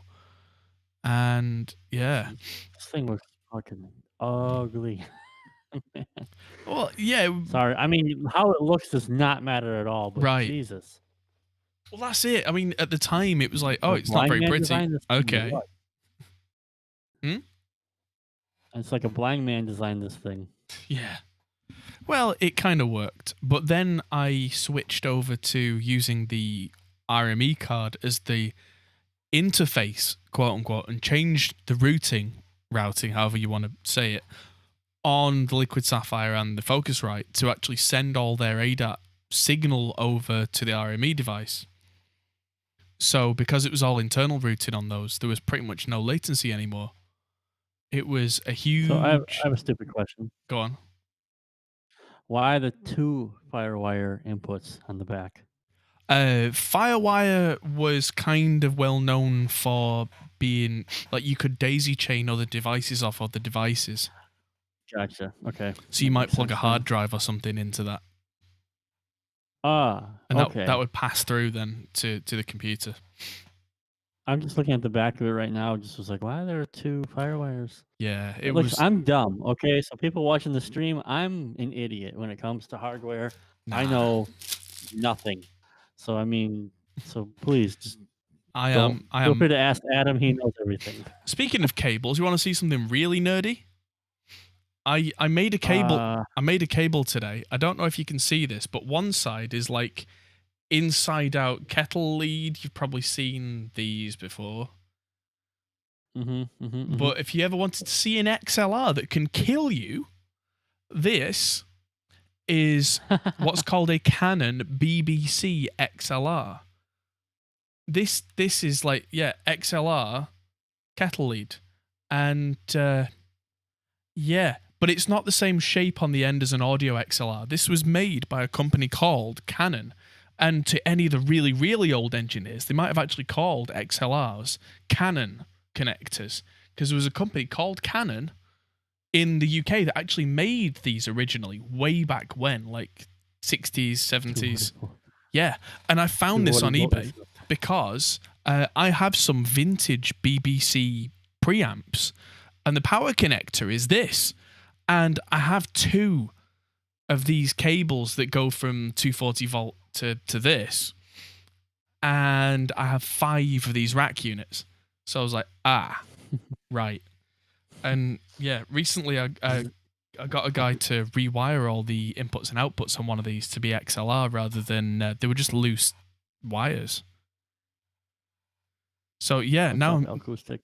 Yeah, hi Al. Yeah, so now I'm gonna have 8 channels of vintage BBC preamps running in the studio, and that's gonna be amazing. I'm well excited for that. So yeah. That's pretty impressive. So I think even if they picked this interface, then total build price is like 1,200. Yeah, in fact, because of the 407, yes, so that's 1,200 quid. And I was saying while that is nothing. That's sorry. Go ahead. Sorry, I was saying that while you were off whispering sweet nothings to Warren over there. I said that maybe we should, just for fun, talk about adding in a keyboard and a mouse and maybe a screen or 2. Oh Jesus! So it's going to be 1080p. Yeah, I suppose for mid-tier, but 2 screens? Shit, man. I mean, I'm the odd man out here. I like using one big screen. I know I'm the odd one. So probably 2 1080p screens, maybe 24 inches or 27 inches. What's black and shriveled and hangs from a BBC preamp? Me. Yeah. Yeah, man. The other thing that I bought recently was a proper functioning multimeter. So I'll be testing the whole thing to make sure it's safe. Right. But you know what? You also got to talk about headphones, Adam. Because, for example, the pair of headphones that you are wearing are those the 650s? They are expensives. The 650s. I got the ATH M50Xs. But here's an interesting thing that's starting to happen with these headphones. I think the material on the ear cup has changed, as AKA has gotten shittier. And now it is aggravating the skin of my ear. And my ear dries out. And it starts to create like a blister. That's not good.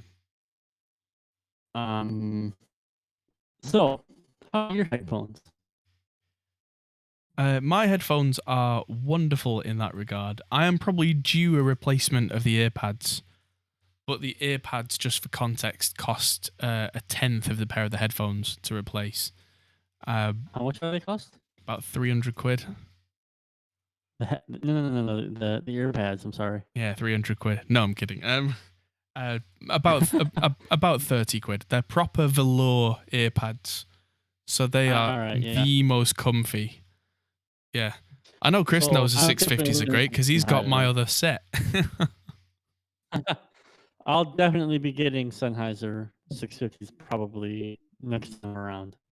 Yeah, I find they're much less fatiguing on the ears than any kind of closebacks. You don't get sweaty ear syndrome. I mean, that's a big deal for me. That's what these headphones do. Yeah, every set of closebacks I've ever had, sweaty ear syndrome. I hate it. So as soon as I got these and I could use them for 7 or 8 hours and not have sweaty ears, I was very, very happy. Also, monitors or headphones and a multi-screen setup is good to get the mixture on separate screen. Like, yeah, Marty, I'm all with you on that. I'm just like, Here's I an don't know. alternative actually. Is it 4K? Here's an alternative idea to the multiple screen thing. Because I A found window as a monitor. yeah, just stare out of the window.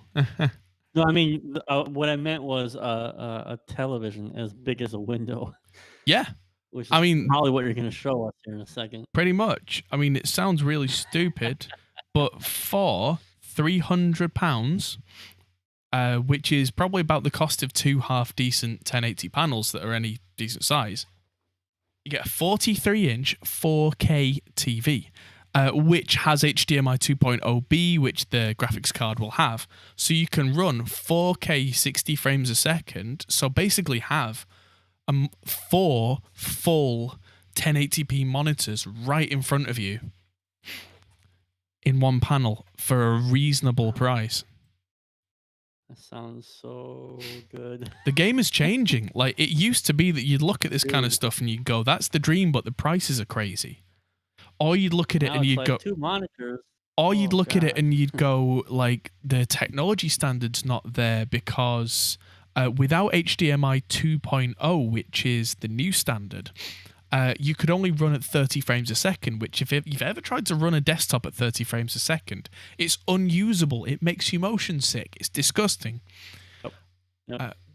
Yeah, I've tried it because we had a 4K TV that Liam got, and just for an experiment. This was an older one, like back when they were still kind of new, and I thought I'd try it and plug my computer in. And because it only ran at 24 or 30 frames a second, whatever it was awful trying to use it. It was disorienting. It made you kind of sick. This is 300 pounds.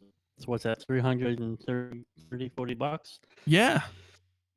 Yeah, So in just with it in perspective, if you went to get a good quality 32-inch monitor, 1440, that's already $400. yeah. So this is same price point or less. Yep. And when you're looking at True it, gamers play at 720. yeah. So hey, with that 550 graphics card, you probably would be gaming at 720. But like You we were gotta get a saying, CRT monitor yeah, first. like we were saying, if you're a gamer, this setup isn't for you because running, Yeah. this is probably going to add 40 or 50 milliseconds of latency to the screen, not to the audio, just to the screen. And for us on a desktop, you kind of get used to that. You deal with it. That's not as much of a problem as you first think that would be. Your hands actually quite naturally adapt to that, in my experience. But if you're trying to play games that are really twitch fire, really quick, rapid, like Call of Duty, that kind of thing, that's unacceptable.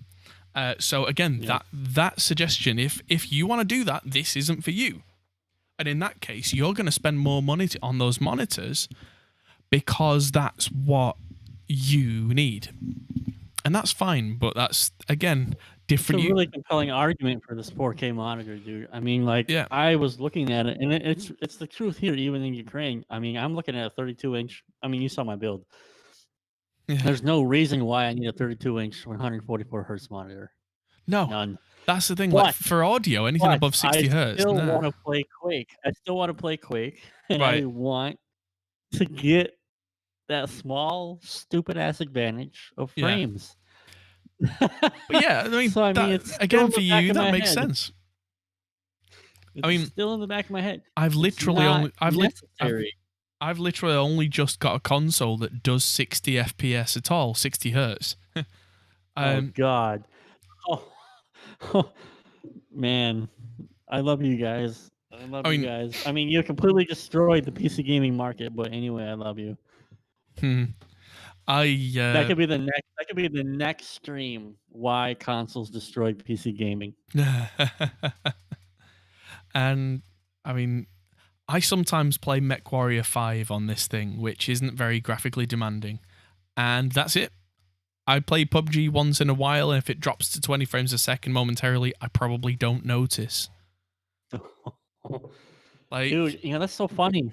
I mean, like, so I mean, yes, Nicola and Chris. I'm a huge Quake fan. I played a lot of Quake Champions. Got hundreds of hours in the Quake Champions. I have videos on my channel where like I do commentary about an audio topic, but I have Quake in the background. But I mean, like what Adam says, where he'll play the game and he doesn't see the difference between 30 and 60, blows my mind. Probably just as much as if someone would be like, I don't understand the difference between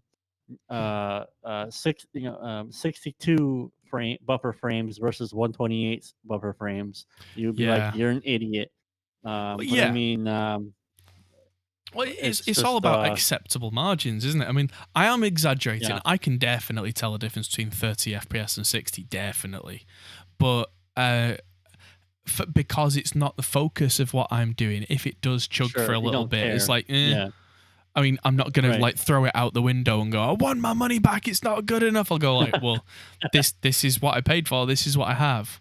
Yep. Whereas with audio, So I different mean, story. Yeah. that's why when I did my build, I mean, I knew what I was doing. Like I was like, that build is super pumped, Mm. way beyond anything necessary. But I mean, it's built to last. That's the other thing too.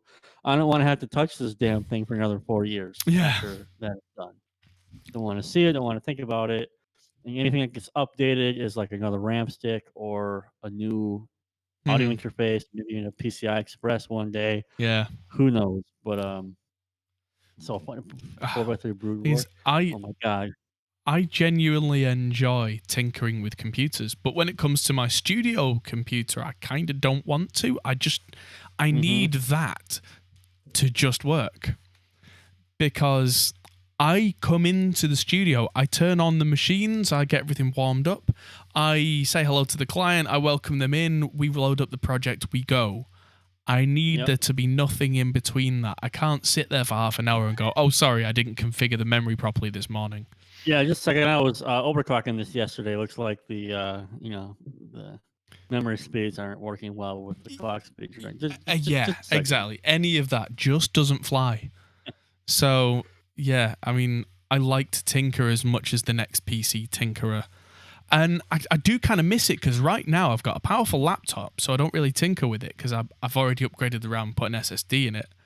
And I've got a rock solid studio PC, and I'm like clawing at the walls, like, I need to modify something, which is probably why, I like, need to buy a new. I need to build a new one. well, Oh, you should do Adam. Fuck. All these God damn. You should do a retro build. I'm already. Remember that video I showed you a couple hours ago today. I'm already thinking about it. Like, damn. I should do like a build that I wish I could have had 15 years ago. yeah, Just dumb ass, just stupid, over the top, dumb, no reason at all, but just to remember what it was like trying to deal with those IDE fucking connectors and cable management when there were way too many cables. um, yeah, that would be fun and interesting. And then buy games of the era and be like, oh my god, I can run Quake 2. Wow. yeah. Oh, yeah. You remember when voodoo cards were a big deal? Yep. Yeah. Yep, I do. I I tried. do, man. I tried looking at. Was it you I was talking to that I was trying to find? Yeah, Yeah, it it was was. me. Yeah, I was trying to find like a Voodoo 3 card or a Voodoo. I wanted a Voodoo 5 card because they were the latest and greatest thing. So I was looking on eBay and they're going for £500 or £600 because there was It's a collector's item. yeah, there were so few of them made, Yeah. and I don't want to keep it in a box. I want to play on it, but it's just I like, know that's meh. a funny thing. I mean, I think that's coming back. So it's so silly. I got in some sort of a philosophical moment last night. I was watching that old video that I shared with you. Yeah. Okay, the video that we're referencing is this guy built a dumbass supercomputer that would have been like 7 or 8 grand in year 2000. Oh yeah, yeah, And I'm just looking at that going like I'm about to drop $3,500 on a rig now yeah. that will be faster than I could have ever imagined in my entire life. And I'm not even that excited. I'm kind of like, oh fuck. But I think about that, like being 15 years old, 16 years old, going, oh, if I could just have this rig. Oh god, zip drives. Oh, cool. That'd be so zip disks. I mean, sorry. Oh That'd yeah. be so cool. just have a couple zip disks, you know. Yeah, I mean, it's just it's literally illogical and stupid, but it's Mm. fun to be like, I can buy that now. I can buy 17 of them Yeah. today, and it wouldn't bother me. But but the idea of it is really really interesting and it's fun. And So, I think I would try that. I would try to find an old 22-inch, 24-inch CRT monitor that weighs like 50 kilo proper. ah, Put well, that motherfucker on, like, weld the desk together. if you ever find yourself in my studio, I think on the ground floor somewhere we've still got, no kidding, a 50-inch plasma CRT. Holy balls. Yeah, it's about 3 feet deep, and it's about the Yeah, size of dude, it's like that. yeah, it's like a small car. I can't even say I'm off the fucking camera here, Oh, but I mean, like, it's it's that's the so size of a small elephant. yeah, it's the size of a brown bear. It's it's kind of hard Mhm. to, and just as heavy. It's hard to describe, and it does 480 Ti is the resolution. And the funny thing about it is you look at it now, the closer you get, the shittier the quality. Yep. And there's like a cap where you can go, all right, looks good, looks good. I can't see shit anymore. You got to move closer. And Yeah. it's like, Yeah, it's because funny, but all those the things game were, designers and everyone are yeah, designing all the text to be so small. Yeah. you know, That's man, why I those ended are up buying a big TV for the front room a little while back, because with a 40-inch TV, we were both sat squinting on, what's that say? What? what the fuck? Yeah, Yeah. yeah, it's that silly, you know. And no, Yeah. I'm not getting a Threadripper. It's that expensive only because there's a lot of storage. I've got a card in there, the 2070 Super, because I need to do video editing and recording and all this shit on a single machine. And So what I basically 400 created frame a was like, second Quake. well, that will happen too when I have fucking time, which I don't. But I mean, I make basically like the ultra all around machine, because I need it because it'll do everything with it. Unfortunately, I would really like to have a situation like with Adam Z. Like, this is my audio PC. Mm. This is my everything else PC. But maybe one day. But I mean, and like monitors, I'm gonna be 35 years old. I am extremely farsighted, so I need a big monitor so I can sit far away from the computer, or I can't see shit. Mm. And glasses are on the list. Well, maybe you But I need this mean, 75-inch TV here and just run it at no, I 1080. don't. I don't. I do not. Because you know what's gonna happen? It's gonna be like, wow, this is amazing. Let's watch movies. Then my Well, wife's yeah. gonna be like, let's come in there. Well, I'm like, no, I'm working. tell her you can watch movies in the top right-hand corner, and I'm gonna work on the other 3 corners. Sure. It's Because so then she can good. watch But the I movie mean, on a 75-inch TV. She can probably see the film over your shoulder and still not be fuck, man. obstructed.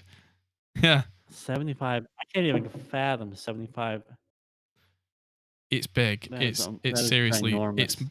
brain meltingly big. But yeah, the reason that I picked What? the 43 Yeah. is that I've been looking at this specifically. You've seen what my console looks like in the studio, right, with the big Yes, screen and yes. I wanted to ask you about that actually. Is that something similar, or it's 50 some odd inches, so right? it's 40. It's exactly 40 Gotcha. inches right now, and there's a bit of a gap to the side. It's not quite big enough to Oh fit. God, Uh, OCD. and also, it's 1080p. I got it on Black Friday for like 150 quid. And now that That's a steal. yeah, it was great. It was one of those where I had to get up really early on Black Friday and go and barge my way into the local Walmart, Asda as we call it. And it was just like, Marty cheap. said what we were all thinking, but he typed it so Marty is MVP. Yeah, well, yes. And yeah, Oh Jesus, Hackintosh! So- I don't understand. Can you explain why people are doing Hackintoshes? no. I have no good words to say about the concept of Hackintoshes. I mean, at the end of the day, you do you. But if it We breaks, love you. if it We're happy you're here, but if it yeah. breaks, nobody's there to help you. That's the long and short of except it. Adam, if you pay him. Well, you have to pay me a lot to try and fix a Hackintosh. because every part of the system is actively fighting against you. Apple's OS is designed specifically with a lot of methods inbuilt to stop working if it detects that it's not a genuine Mac. So if you change anything on that setup and it stops working, I can't help you. So like I say, water logic overhead 2K. All right, whatever. You didn't pay for it, so good, whatever. I'm thinking of getting myself an old, like, 2011 MacBook or something.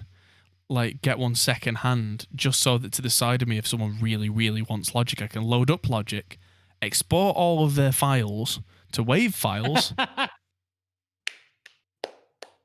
and then just carry on as I was. Close the MacBook and put it back in the closet. Throw it back in the drawer. Thank you, good night. And this is what it's good for, just collecting dust. Yeah. Stonk trash bin. Done. In fact, I should just have a waste paper trash basket next to the console and just have a MacBook constantly just in it. And nothing else. And, like Ace Man said, shit Macs back in the 90s for Pro Tools. Listen, I used... so I was in high school from year 2000 to 2004. That was the era of the eMac. Oh, the fishbowl. Yeah, man. And I fucking hated them because our school started to try to buy them and include them for like video editing and all this other crap.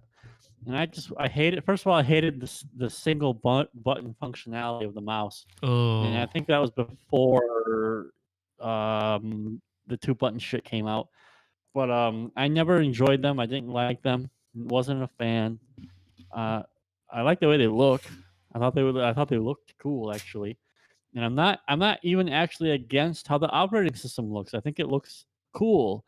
But I mean, my personal experience using it was like frustrating. So, and it crashed a lot back then. There was a big fucking joke, big meme back then before YouTube even existed, where this guy did a commercial where he edited everything on a Mac, and he came up with all the reasons why he loves Mac so much, because it crashes all the fucking time. You can't copy files off a CD normally. I mean, hopefully these things have been fixed by now. Shit just turns off by itself for no reason. It just shuts down. You lose all your progress. So, I mean, we forget the growing pains, and it's not like Windows Millennium Edition was any better. No. And shit like that. But I mean, crap, man. Well, would you believe it now? They fixed all the problems with CD drives with Macs. They took it out. Good, because there's no CD drive out anymore, yeah. probably. Yeah. So that's how they fixed all the problems with floppy disk drives back in the 90s. They were just like, whoa, whoop, over the shoulder. We don't need this. Yeah. This is silly. But all I did basically on the eMac was play Snood all the fucking time, and that was it. Oh, that's actually kind of funny from Eduardo. Apple started selling 5K iMacs in 2014, so 6 years ago. Safari doesn't support YouTube at 4K.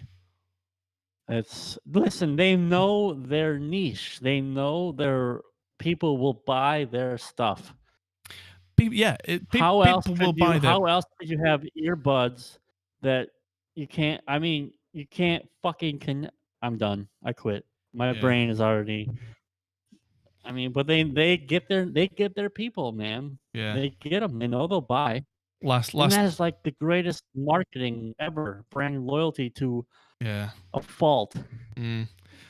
Last word on Apple for the evening then. I was surprised that any company could convince people to buy a 27-inch laptop.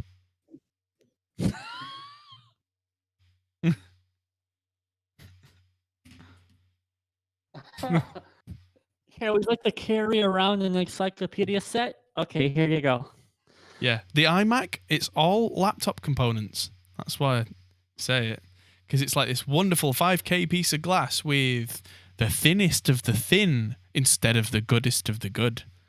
So, Olden made that video about the Mac Pro. I understand him where he's like, because Ace Man talked about the ecosystem.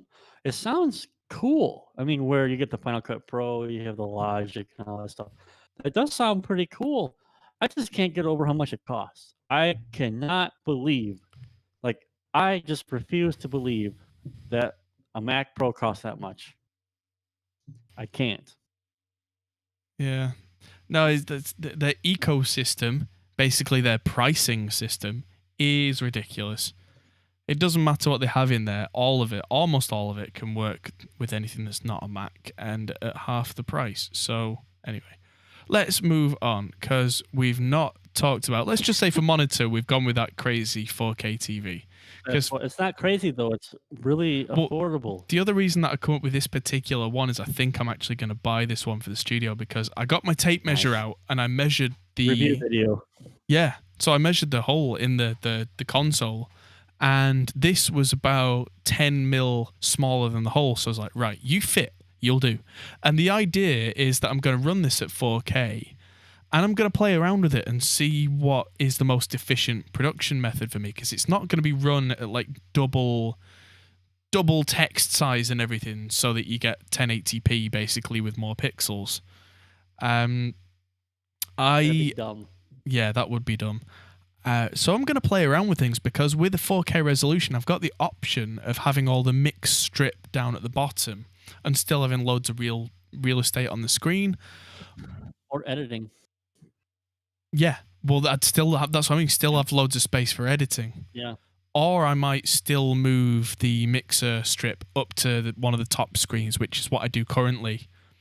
But then that leaves me with so much screen real estate that I can just see the entire project without zooming in. So, okay, I mean, that's so cool. I mean, when you're talking about it, that sounds like the dream. I just don't know. I don't know why. You know what? Maybe it's because my neck gets sore looking at just a little bit like 20 degrees to the left all the time Yeah. on my main screen and then over here or whatever. But I mean, truth be told, I just get plastic bag syndrome. I got 2 monitors, so I got like 17 Google Chrome tabs open over here, Yeah. 32 open over here. And the one screen helps me just stay on focus, and like I use Cubase, so it's F3 for the mixer console, F3 to hide it. Yeah. So modular, like what Cakewalk X1 did. They made the modular interface. Yeah. A lot of people have adopted it.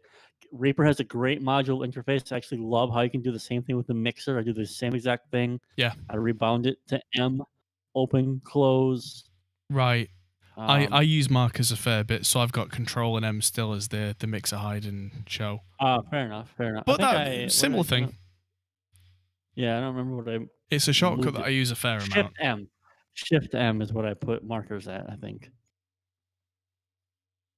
Yeah. 4 screens. Holy shit. For me, I can see how I would use 4 screens. That it's a personal productivity thing. The way when I'm mixing specifically that I work is I have my edit window where I can see all the tracks. I have the mixer up on another screen. I tend to have some essential plugins on the third screen so I can see meters on, like if I'm recording a vocal, I might be watching some of the compression meters. Makes sense. Yep.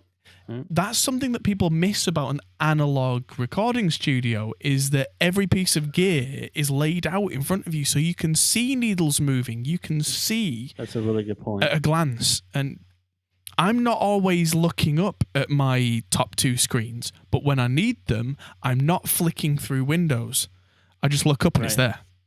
And I look back and I look up and it's there. And I've not had to change anything I'm working on with edits or anything. And that, for the way I work, is very productive.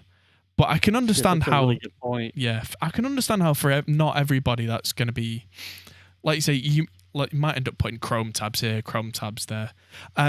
Sometimes I'll be working on film sound and I either have to have the script up on a screen, or I might have to have the actual film up on a screen, which knocks a screen out entirely, and then I'm really down to 2 screens for working on. And that's a good point.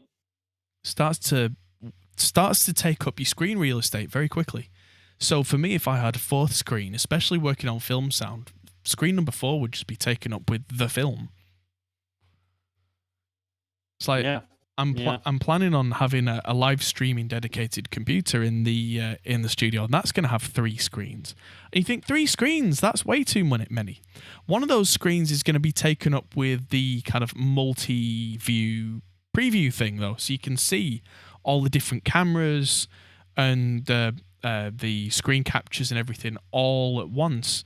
So if People some understand how many screens you need to do broadcasting. They should walk into the nearest TV station it gets where crazy. it's a wall of screens, a wall of screens. So 3 screens for streaming is like conservative.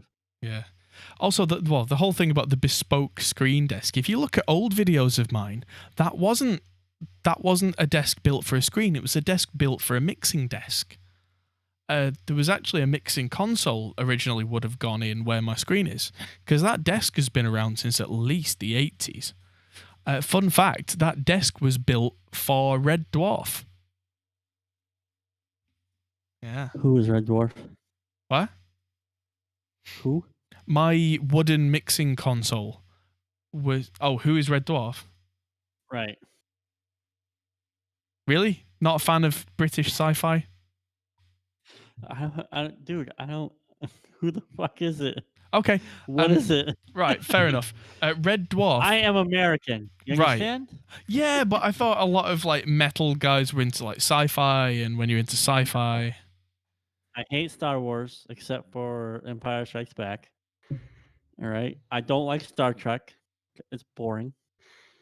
You just gotta cut me off, right? I was thinking about it. But I mean, I like shit like Terminator and Aliens. Okay, I'm sorry. Continue. Red Dwarf. So Red Dwarf was a British sci-fi comedy. It was a proper like if sci-fi could be a sitcom, and it's very much a cult classic at this point. Like there are millions of fans around the world who that's their thing. And if you ever hear me swear by going smeg, that's very much a Red Dwarf thing. So I mean, it's one of those things you either know it and you get it, or you don't know it. It's fine. Dude, is it still? Is it still going? Technically, yes. They actually made a series last year, but they started it in about 1988. And yeah, you're spot on. Actually, 88. That's funny. Yeah. I gotta be honest, dude. I mean, the longer I live outside of the States and I talk to more Englishmen, stuff like that, I start to pick up your vernacular more and more. Yeah, Scary. that's funny. But yeah, Red Dwarf was my favorite series as a kid growing up. I was a massive, massive I fan. guess I will have to check out. I'll have to at least check out the first season. Yeah. Actually, I wouldn't. The first series is a bit of a slow burner. If you want to check it out, check out kind of like, I don't know, series 5 or 6. What do you mean by slow burner? Like it's legitimately boring, or exposition, or? I think 80s sitcoms were a lot drier, very deadpan humor, very. Yeah, the pace was quite slow. I mean, I like it, but it's not got quite as kind of a quick fire thing. I really like the older series, but it's not for everybody. Just stereotyping Americans that we have attention spans of plastic bags, Yeah. blowing away in the wind. What were we talking about? I forgot. No, I'm kidding. Squirrel.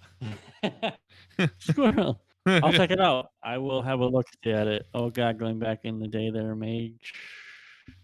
Greg Charles. No need for the first episode. It's a pitch for the entire. Well, that's how all first episodes are. Even the first episode of Sopranos is like that.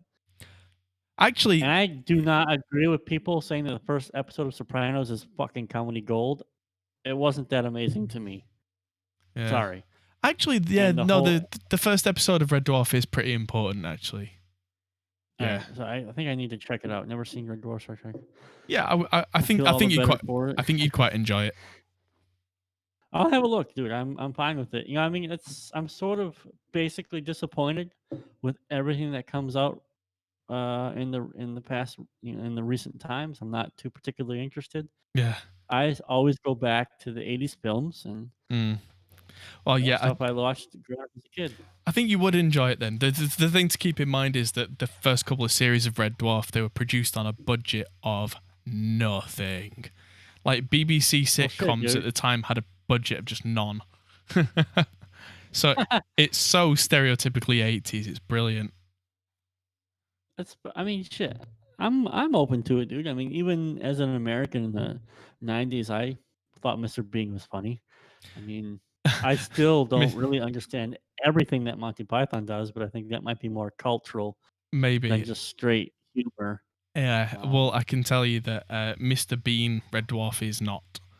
But actually, Yeah, I get it. later on, there are some things like there's a giant monster made of curry that explodes over everybody. Oh And God, yeah. that's just silly right there. Oh yeah, but I all mean, right. in the context of the episode, it makes a little more sense. But Uh, yeah, that's interesting. the setup might make that work a bit better. All right, so another stream idea: old '80s movies and '80s sitcoms. Yeah. Cool. So yeah, You're stuck with me forever now. could be worse.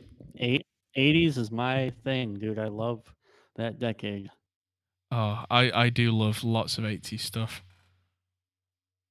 I mean, I mean, we're unfortunately, I shouldn't say unfortunately, but I mean, obviously, we're '90s kids. I was born in '85, right? So I yeah. don't remember fuck all about the '80s. Mm.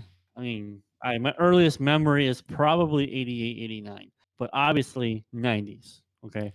Yeah, I mean, kind of me too. But my mum and dad were quite on the pulse with 80s stuff, so there was a lot of that stuff around the house. So as I Nice. was growing up, I had access to a lot of the 80s pop music and all that kind of stuff. Oh, we've Yeah, started them all off I on Monty got you. Like Python quotes now. my dad and my mom were hardcore party goers. I mean, all of my musical education was my parents' vinyl collection, which was, remember those old milk crates? Like when they would deliver the milk crates with the 12 bottles in them. Oh I don't yeah, know if you remember yeah, yeah. those, but my mom had a vinyl collection of 8 or 9 solid milk crates. Nice. And that was, I would go, that's where I learned about craft work. All right. Oh I'm yeah, like, how old was I? Like 8 or 9, listening to craft work. The yeah. first album, The first. Oh um, god, the really early stuff. the really early Like shit, pre Machine Man. Autobahn. No, Machine Yep, Man wasn't the Machine. first album. That was like way later. Autobahn was before that. I don't remember if she had that one or not. Autobahn I was don't actually quite remember. boring to listen to. Autobahn. But yeah, I've got all that stuff too. Yeah. Rush 2112, which I don't like. What? But I mean, I just not into the earlier Rush stuff. There we go. And Scott had to leave us, ladies and gentlemen. No, I'm wait, fine. he's back. He's back. Yeah.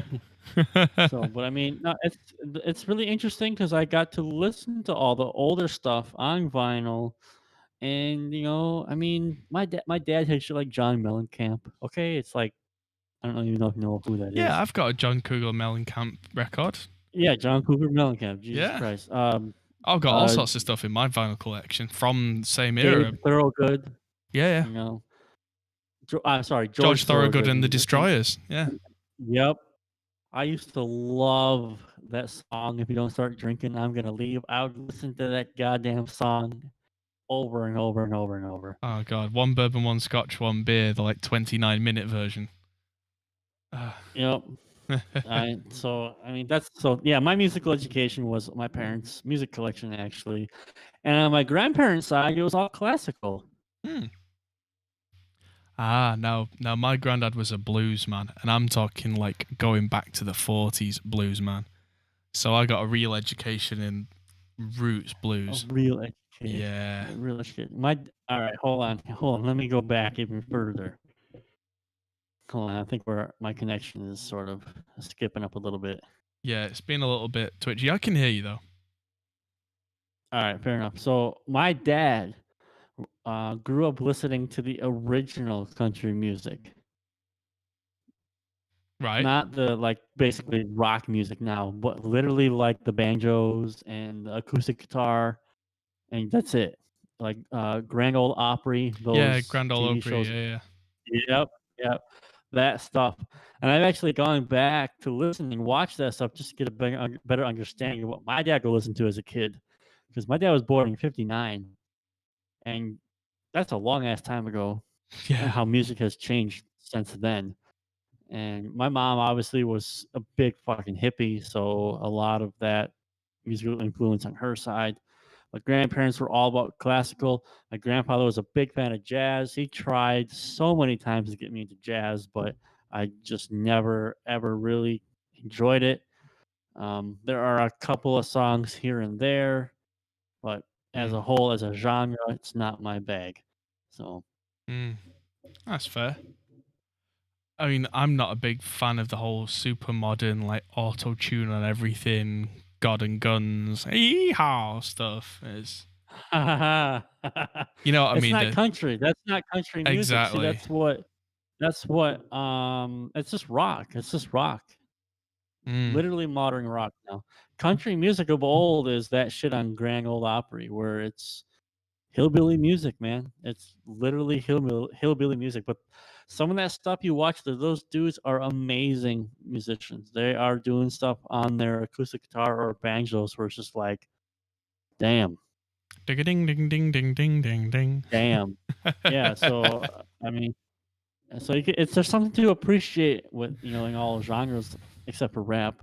Um, Mm. I'm hit and miss on rap. I mean, like Dre 2001 and The Chronic are some of my favorite albums, but a lot of modern stuff, especially mumble rap, nah. See, you already name dropped an album that's nearly 20 years old. Right. But All right. like, So I grew up, like I remember Chris Cross and all that crap. mm, But I mean, there are some rap songs from the early 90s that are really melodic, yeah. have actual musical, melodies and beats that could be and are of course catchy. The stuff now is like whatever. Mm, yeah. Mike Judge presents Tales from the Tour Bus. That sounds like it was a long time ago. Mm. Anyway, what else were we talking about? Because we were talking about not adding an optical drive, keyboards and mouse and that kind of stuff. Any preference on keyboard? Me? Yeah, like does it have to have RGB? Does it have to be mechanical even? Because that's a topic we're talking about with audio guys. I had a nice mechanical keyboard in the studio for 6 months. I gave it away. I gave it to Liam to give to his nephew because it was practically unusable in the studio because clickety clackety clickety clack when you're trying to do things on an audio production and you want to hear everything. It's a massive distraction. So yeah, I actually got rid of my mechanical keyboard. So it doesn't matter how nice they feel. In audio, the sound is the most important thing. Oh, I love mechanical keyboards. Yeah, I do too. Like I grew up. I was very lucky. I had something like an IBM Model M.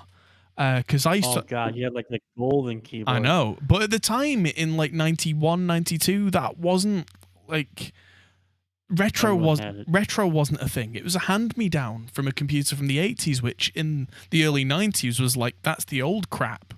Give that to the kid. Good god, if people only knew. Yeah, exactly. But that kind of thing, and like I had an electric typewriter under my bed, and things like that because my mum was quite a serious professional secretary. But through the years, as the technology evolved, she moved with it, and the old cast-offs, they get given to the kid because they're worth nothing. Sure. Except for that IBM keyboard that everyone tries to buy now. Now, yeah, right. Now, if I'd known, I mean, we moved house 15 years ago and it didn't move with us. Sure. I don't remember why. I think it got sold or something. Probably for a fraction of what you'd get for it now. But that's because it came with like an IBM XT or an AT computer or whatever it was. My first computer, and people didn't believe me at school. People didn't believe me. It was like an IBM XT or an AT, I can't remember, but it had 640K of RAM. It had Oh my god. 2 floppy drives, no hard drive. And people didn't believe me because they're like, how can you have a computer with no hard drive? Oh, it makes no sense. I'm like, buddy, I do this every day. You loaded your disk operating system off the first floppy you put into it when you turned it on. I guess people don't change. Oh, people will disbelieve you if they haven't seen it themselves. That's history repeating over and over and over. Man, this nostalgia bug is just hitting me right square in the forehead. I remember playing on a computer Street Fighter for the first time Yeah. on the computer, waiting, hoping that I would get a Nintendo 64. Oh my god. Yeah. You gotta do a retro build, Adam. You would be good at it. Oh, I mean, a retro audio build. See how far I get with it. Try and record some stuff. Cakewalk Pro Audio 9. It still runs on Windows 10. I just tested it. It runs like a champion. I'm not surprised. You could- To it, it's like having 1,000,000% better than it was supposed to have. But I mean, what I mean is the program from the 90s works well. Yeah. You know? I think it was programmed very well because there are plenty of programs, Windows Update broken. Yeah. Properly programmed stuff just works on cooler algorithms. Yeah. And yeah, Marty, remember cassette, 8-track, or reel-to-reel? Yeah, my first experiences of being an audio engineer, I was about 6 or 7 years old, and I was recording with a cheap microphone into a cassette deck. I remember that. We've got an 8-track machine somewhere at the studio, which belonged to Liam's dad, and I've still got a 7.5-inch reel-to-reel machine that runs at 7.5 inches a second. It's half. So there's a lot of purists out there who will be like, "Oh, you should just use that because it's a lot better." It's terrible. You try to sync, cut tape, try to get everything. Oh, tape jam, block. Yeah. Yeah. Oh, it's absolutely disgusting. I mean, the noise floor is about 40 dB. Yeah. Welcome to the snowstorm, guys. And that's, yeah. Oh my God, no. Yeah, no, I got jettisoned most of that. That's the nostalgia trap. I mean, I think it would be cool to have this stuff for giggles, just for lulls. People go, "Oh, you remember how good it was?" And then you fire it back up and you go, "Oh, actually, it's not as good as I remember." Now I remember why this sucks. Yeah. Yeah. Oh, now I remember. There we go. So preference on mouse. I got a Razer mouse. I got the Death Adder. Big fan. I think the mouse is a little more important than the keyboard for audio guys, especially. I'm genuinely using a Microsoft Comfort keyboard in the studio because it's got nice soft keys and it's silent. It's quiet as a mouse. It doesn't click when I press any keys, which, like I said, I like mechanical keys. I like the feel of it. I like the typing on it. I don't want to be trying to listen for things in the top end of the drums or anything while my fingers are doing the keyboard shortcuts and going click, click, click, click, click, click, click, click. It's like, it's an audio distraction I don't need. You know what? I gotta be honest. It's basically a penis measuring contest with me. I just want a kick-ass keyboard. But yeah, like I'll just be straight up. I had a fairly half decent mechanical keyboard in the studio because I wanted an upgrade and I thought that might be an upgrade.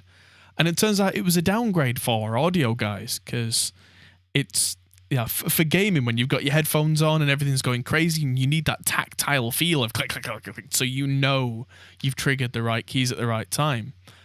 That's out the window when you're working with sound. Yeah. And even like the silent switches that you can get for mechanical keys, that's only comparatively silent. If you bottom one of those out, it's still going to go clack. Yep. And yeah. Listen, I mean, those keyboards are really created for the nerds out there that are trying to do 400 APM in StarCraft and stuff like that. Yeah. That is, I mean, and there's a place for that. Holding down Alt and yeah, if you're just holding down Alt and Reaper and scrolling and You're Yeah. not doing that kind of APM. Right. It's unnecessary. A membrane keyboard is perfectly fine. Yeah. Just it's Well, gonna be fine. But the mouse, though, I would not. I like having a very high precision mouse. Although I have a low DPI, I mm. just feel I have really good control. Um, Yeah. Although it doesn't I make sense. It doesn't make sense because I know a lot of people are like, "Do you have 500 DPI on your desktop? What the fuck?" You're an FPS First of player all, though. that's what I grew up on. Yeah. I grew up on 400, 500 DPI. It Right. feels natural to me. Second of all, I do not want to accidentally flick my hand and then move the cursor the entire length of the screen. Right. Very bad for editing. Very, very, very bad. Hmm. I would rather have more leeway. Yeah, I don't know what DPI I'm measured at right now because I've got a switch on this mouse that flicks between. But like Liam is a real like FPS player and his DPI is about 6. Not 600, just 6. And like he physically picks the mouse up to slam it down for like slam, slam, slam. He's practically rowing to get across the page. And I'm like, what are you doing? I don't have mine super duper sensitive. That for me to get across the screen like that is taking about an inch of movement, which for me is about right. Because I don't want it super. Serious? Yeah, I don't want it super sensitive, but I don't want it super unsensitive either. I get quite bad wrists. If I have to do way too much mouse movement over the course of a day, because I would do this day in day out, I get tendonitis flare up very quickly. So Gotcha. Okay. I need to find a balance in between way too sensitive and wrist strain. So for me, this sounds about it would be like 800 DPI or so. That sounds about right. And the other thing is in the studio, I've got 3 screens. I need to be able to flick across 3 That's flipping also screens. true. Yeah. My real estate on the screen is 3 times wider than the average person, so I need to be able to go woof and kind of What's your so Ace Man brought a interesting point. Trackball mice. I'm I'm not a fan. I had a trackball at Kensington for a year, and that gave me lots of strain issues because I do a lot of the way that Reaper works. You do a lot of right click and drag a box, left click, right click and drag a box, and that doesn't work very well with trackballs because you end up finding that like right clicking and dragging, you end up with kind of a your little finger or your ring finger kind of anchored to the button while the rest of your hand is trying awkwardly to spin a trackball. And you end up with this kind of claw thing that's really quite painful. And it's not like a lot of DAWs where you're just kind of waving your hand over it. And there is no increased precision in that case. It actually just ends up giving you argument for a trackball. Apparently the argument is comfort and precision. But I just think, I think at this point it's gatekeeping because if you go into a studio and they've got a trackball, it's like, oh, they must know what they're doing. They have a trackball. I can't use their computer because I have a trackball. I defer to you, Mr. Engineer. I think it's trying to it's trying to stop the guitarist from sitting down at your machine and pressing buttons. Which I'm not a fan. I just keep a big stick handy for that. It's like, get off. Trackball, anytime I watch it do with a trackball, all I ever see is really, really bad mouse control. That's all I see. Yeah, me too. Honestly, I just find that the right mouse that you get comfortable with is far faster and far more accurate than any trackball I've ever used. For me. This mouse that I'm using, I got for 13 quid off Amazon. Because I thought I'd lost my other Bluetooth mouse because they're both Bluetooth, which saves me a USB port on the laptop. Right. But in the studio, come on, brain. I am using a gaming mouse. It's actually got like a little target button on the thumb. If you hold that down, it drops the mouse to like 200 DPI, so it's like sniper mode. Nice. So you got, that's cool. Yeah, sometimes I actually find that quite useful. If I'm doing really fine movements on something on a page, I can just hold that down and suddenly I've got this really fine motion, but I let go and I'm back to zooming around. Maybe Ace Man, if someone spent years on a trackball, obviously they would get really good at it. But maybe also in that time, the equipment was much larger, real estate was less. Yeah. You know, like right now, I have a whole desk for my mouse. Literally, I have an entire desk. Yeah. A I lot could of have DPI at 200 if I felt like it. thinking about it, a But lot. back then, I remember having the stupid trackball mouse Mm, and having literally a little ass mouse pad stuck between your tower, your big ass CRT monitor, and your fucking huge keyboard. And you're like, now what? yeah. So, I also thinking about it noticed that a lot of Pro Tools guys in the 90s had their keyboard and mouse sat on the armrest of a big mixing console, there you go. Yeah, and that's the yeah, other yeah, consideration. it takes the requirement of a mouse pad away. You can just put the trackball in whatever place you want it, and that's it, and just work from there, which is fine. But uh, I don't know. What So is a vertical mouse? it's where you do this and just kind of wave it around. No, No, no, no. Yeah, I don't know what it is. Marty's saying a vertical mouse I is know. I was just comfortable. being stupid. I What don't the like. hell? Yeah, I don't like them. I've tried one and I found it to be quite actually more You're more. supposed to be like Yeah, ergonomical, yeah. You right? do that with your hand. I found it more painful, not less. Uh, it didn't work for me. It works for you, great, but didn't work for me. Uh, That looks. I get the idea.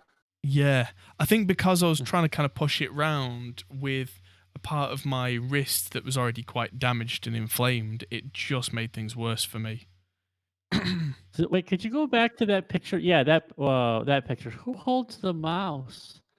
Like on the top picture. I don't hold my mouse that way. I do. No, I mean I have my hand in the position like in the second picture with the green arrow, but I sort of just claw the mouse like this. Where the fuck's that camera? Right, okay. Um, I don't actually force my hand into this. I just have the claw. I claw it thing like is, that. because I've got my DPI set in a certain way, I don't move my hand like this. I move my hand like this, and that Ah, movement of the fingers, that's top of the screen to bottom of the screen. That's all I need.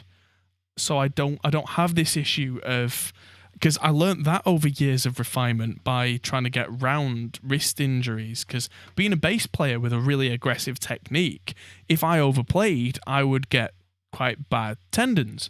Then sitting at a computer right. for 8 hours or 10 hours a day because I was studying audio production as a 19-year-old would make that worse.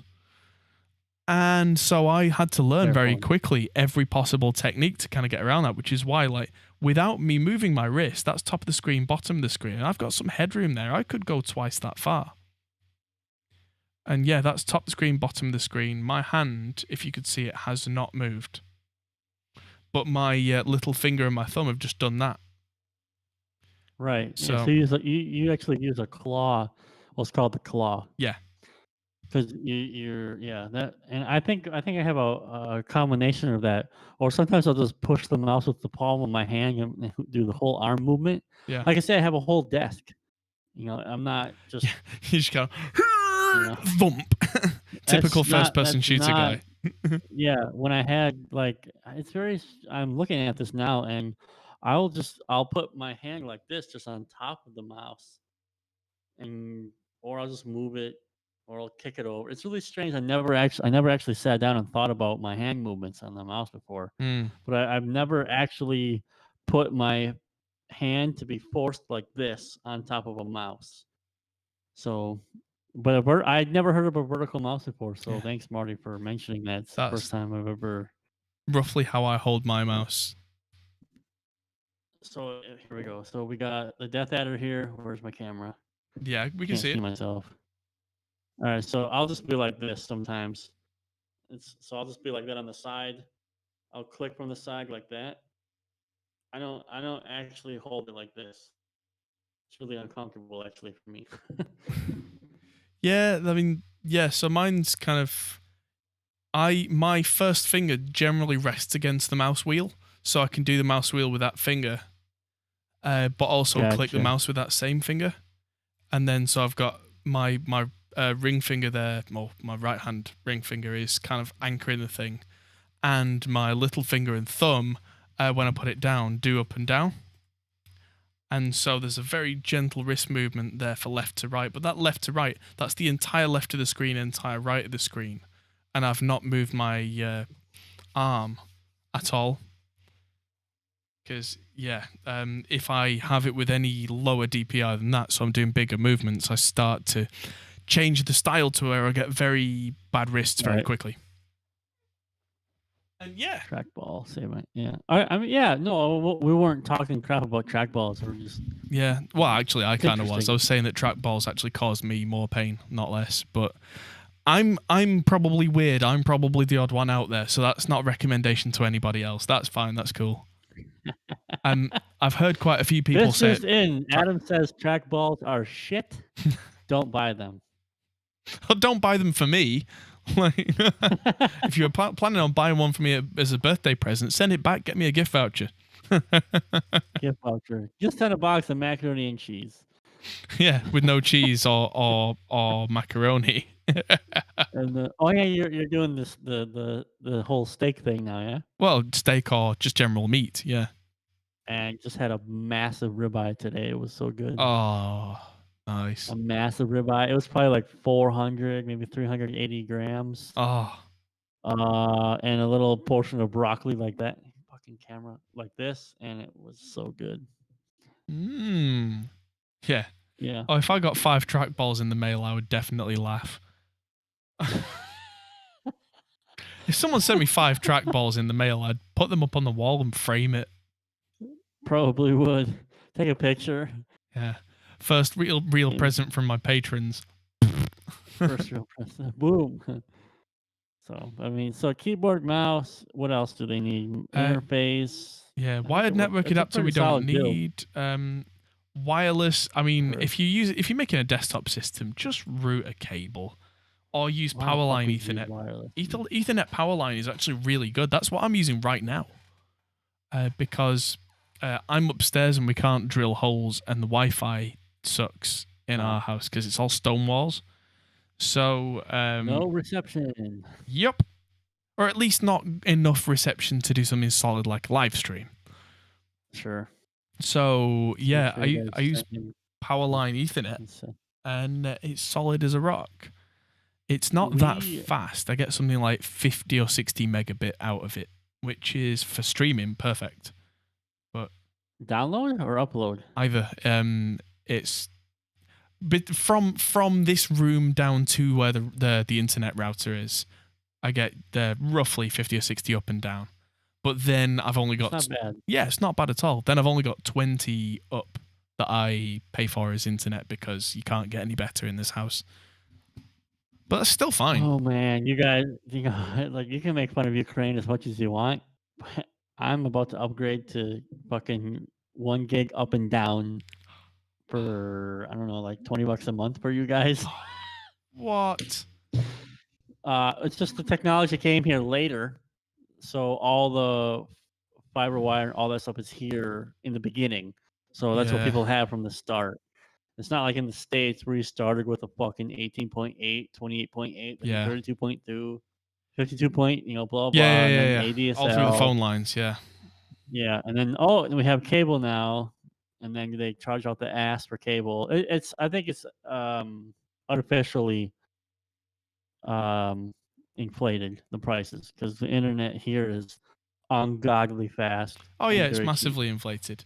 And yeah, I wouldn't trash the UK's internet particularly because compared to a lot of countries, we have it quite good. I mean, the fact that I can get 20 megabit upload, 70 megabit download for an affordable price compared to a lot of countries is really good. I mean, that's how, like, I know in some, like, I got a family member in the States. That's like a business line. Yeah, right. And they charge for that. Yeah, a business line here, you're talking about terabytes of speed. That's a lot of porn. So, I mean, you pay for it, but again, still, right. I mean, well, I mean, and when me and Mickey first moved in together, actually, the second house we lived in, was kind of in the wrong town. We lived up in the Lake District, which is all like farmers' fields and all that kind of stuff. And Nice. several towns right next to where we were, BT had never got fiber broadband out to there at all.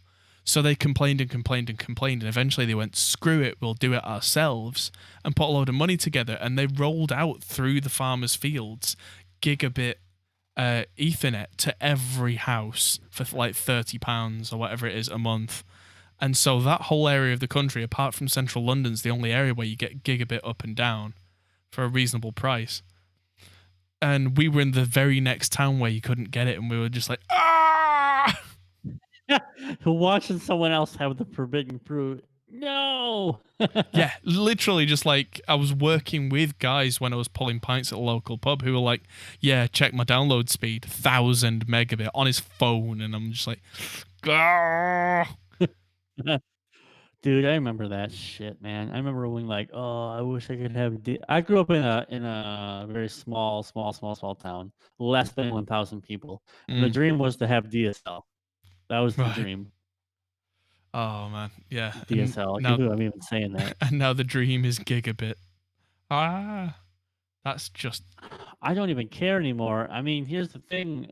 It's so funny where we make jokes now where, 20 years ago, oh man, so the file is only 200 megabytes. Oh, I could download that. Hopefully I can download that overnight. That's not a big deal.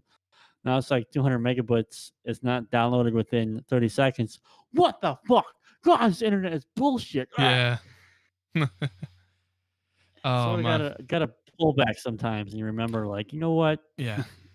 I mean, It's all right. having worked with media for years and years, we used to have to be really particular about choosing bit rates for export of files because we might not be able to send them to clients within the next 2 days. Isn't that incredible? Yeah, I mean that's not just living memory. That's within the last 6 years or so. That like, That's incredible. yeah, we'd export video at like 8 megabit instead of 10 because that would save us 3 hours on the send of the file, which means that they might actually receive it in time for the next meeting. You know, stuff like that, where it was God, just, that is so insane thinking about all that. How much yeah. I mean, just how quickly that has all changed. Mm, Year 2000, sitting on a dial-up internet, like what these guys are saying in chat. My dial-up internet speed was 32.2, and I thought I was amazing back then. yeah, my dial up, you actually picked up the phone and talked to a lady on the other side and just went 10001100110. That fast, huh? Yeah. State of the art. Jesus. I mean, and the other fucked up thing was like I remember being what was it, 15 or 16 years old. I don't remember what it was, or I think I just asked my dad. I was like, "Can you put another phone line in so that I can be on the internet all the time Yeah. and not bother you?" Oh, did you Um, get AOL with like 3 million minutes free? Any of that? I didn't hear you. The Did audio cut out. What Oh, did you say? right. So did you get AOL where you got like 1 million minutes free on this No, no, CD? no. Never had AOL. No, we had a local provider, and you Oh. paid per year. So it was like $200 a year for Oh. internet access back then.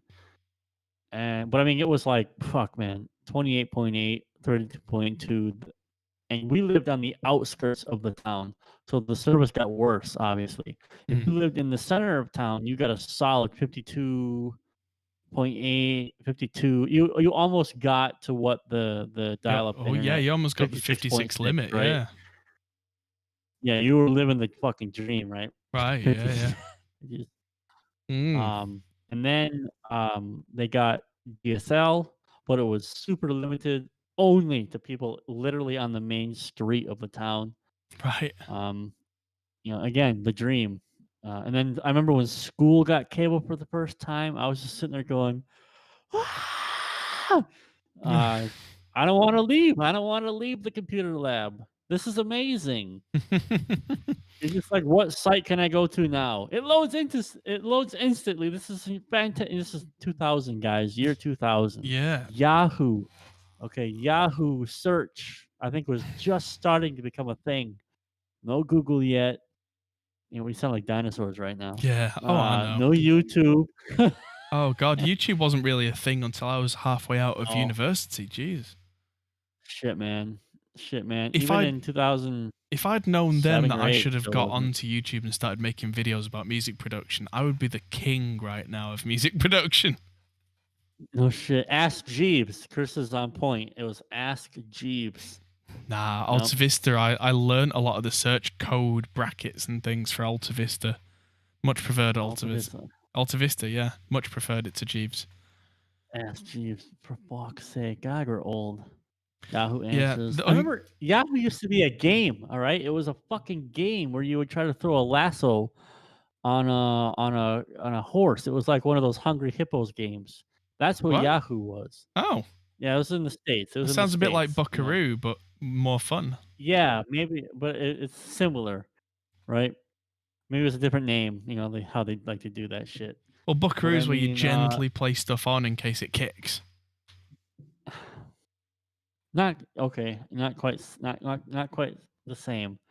But I mean, it was just, man, goddamn. I remember the first time opening a Yahoo chat room in 1997. I remember this because I remember just having that moment where I'm like, this is incredible. Yeah. People are typing from all over the world. I was 12 years old. It was just, I don't know. It's stupid to talk about that because now people are like, well, I can just do whatever I want on my phone. Oh. Yeah. Oh, how popular was MSN chat? From between about 2002 and 2007. Yeah, I practically lived on MSN. I actually met Messenger. Yeah. I actually met a girl on MSN, stuff like that, that was pretty serious stuff. Adam, I know. I was like 15. Here's the laundry list. So everyone had ICQ, MSN Messenger, AOL Instant Messenger, IRC, right? So everyone had, that was the main deal. That was the deal back then. I think IRC and ICQ were a lot less of a thing in the UK unless you were like a hardcore gamer. I loved ICQ. Used it all the time. ICQ 1997 build B. B. 721-37208. That's my ICQ number. I still remember it. Here's one last nostalgia thing before we probably call it, because we've been nearly live for 3 hours. But I know you weren't a big fan of Rush, but I was always a massive fan of Rush, and I distinctly remember it. 9 years old, in 1995, me and my dad had 28K modem, and we found that Rush were releasing a new album, and they put a 30-second sample on their website, which was unheard of at the time. It was in real audio, not MP3. Oh, I remember that with the blue logo. Yeah. And we set it downloading. Mum called us for dinner. We had dinner. It hadn't finished downloading. It was something like 2 megabytes. It took about an hour. And then we played this 30-second clip like, oh my God. It was a test for Echo, if anyone cares. But yeah, we heard a 30-second clip of that song, and we were just like, because it was like 48 kilobit or 64 kilobit. It was terrible. The sound quality was awful, but we were like, we'd just heard a preview of the Rush album through the internet, and that was changing the face of the industry. That was changing everything. It was just like, dude, wow. Real audio. I totally forgot about that. Real audio. I made music videos in real audio back in the day. Yep. Oh, jeez. Yeah. Xanadu. Oh, boy. Oh, Xanadu's great. I thought we had a much younger crowd here, but now I find out everyone knows what we're talking about. Yeah. Fun fact about Xanadu by Rush, that 11-minute epic? The basic tracks on that were live, and they were the first take. Once they got the mics up, the engineer hit record. They went. 11 minutes later, Xanadu was done. They added some overdubs. They added an extra layer of vocals, but otherwise, done. That's a hardcore, properly practiced band. Yep. Yeah. It's like this. Good old Napster. Oh boy, that's a. Never used Are we Napster. legally allowed to talk about Napster, or is Lars going to sue us? Oh yeah, Lars. I used LimeWire and something to do with a bear. Can't remember exactly what. ShareBear, something like that. I remember LimeWire. I remember Kazaa. I used Kazaa a bit. Basically everything that was on the Nutella network. I used the Nutella network. Whatever app was the in thing at the time. Yeah, I remember. Yeah, Napster. Fuck, man. What an interesting. You know what really pisses me off about that thing? There was a really awesome website. BearShare. There was a really awesome website back then called mp3.com. Right. All right. I'm sorry, but I think I remember it. Go on. Yeah, I have to tell the story. So I remember mp3.com. There was this one band that I really fucking liked called Dark Army, and I really liked them. I emailed the guy once. His name's John, and I was like, I'm probably 15 years old at the time, 14, 15. You know how you are. You think you're all cool and shit. Yeah. But you're just an idiot. You're a straight idiot, when you're trying to email people like that. Still me now, but go on. Yeah, you fast forward. Fast forward to like 2007. Unbeknownst to me, I had moved in his general area. Right. And I ended up meeting the guy. At his house. We ended up drinking together, right? We ended up jamming his songs in his house. I played drums, learned some drums, started having fun. mp3.com. But basically, mp3.com got squashed once that whole Napster thing hit. Yeah. And luckily, I have remembered most of the bands that I liked. And because the internet and YouTube, I've been able to find most of the stuff. And if they had it for sale, I bought it.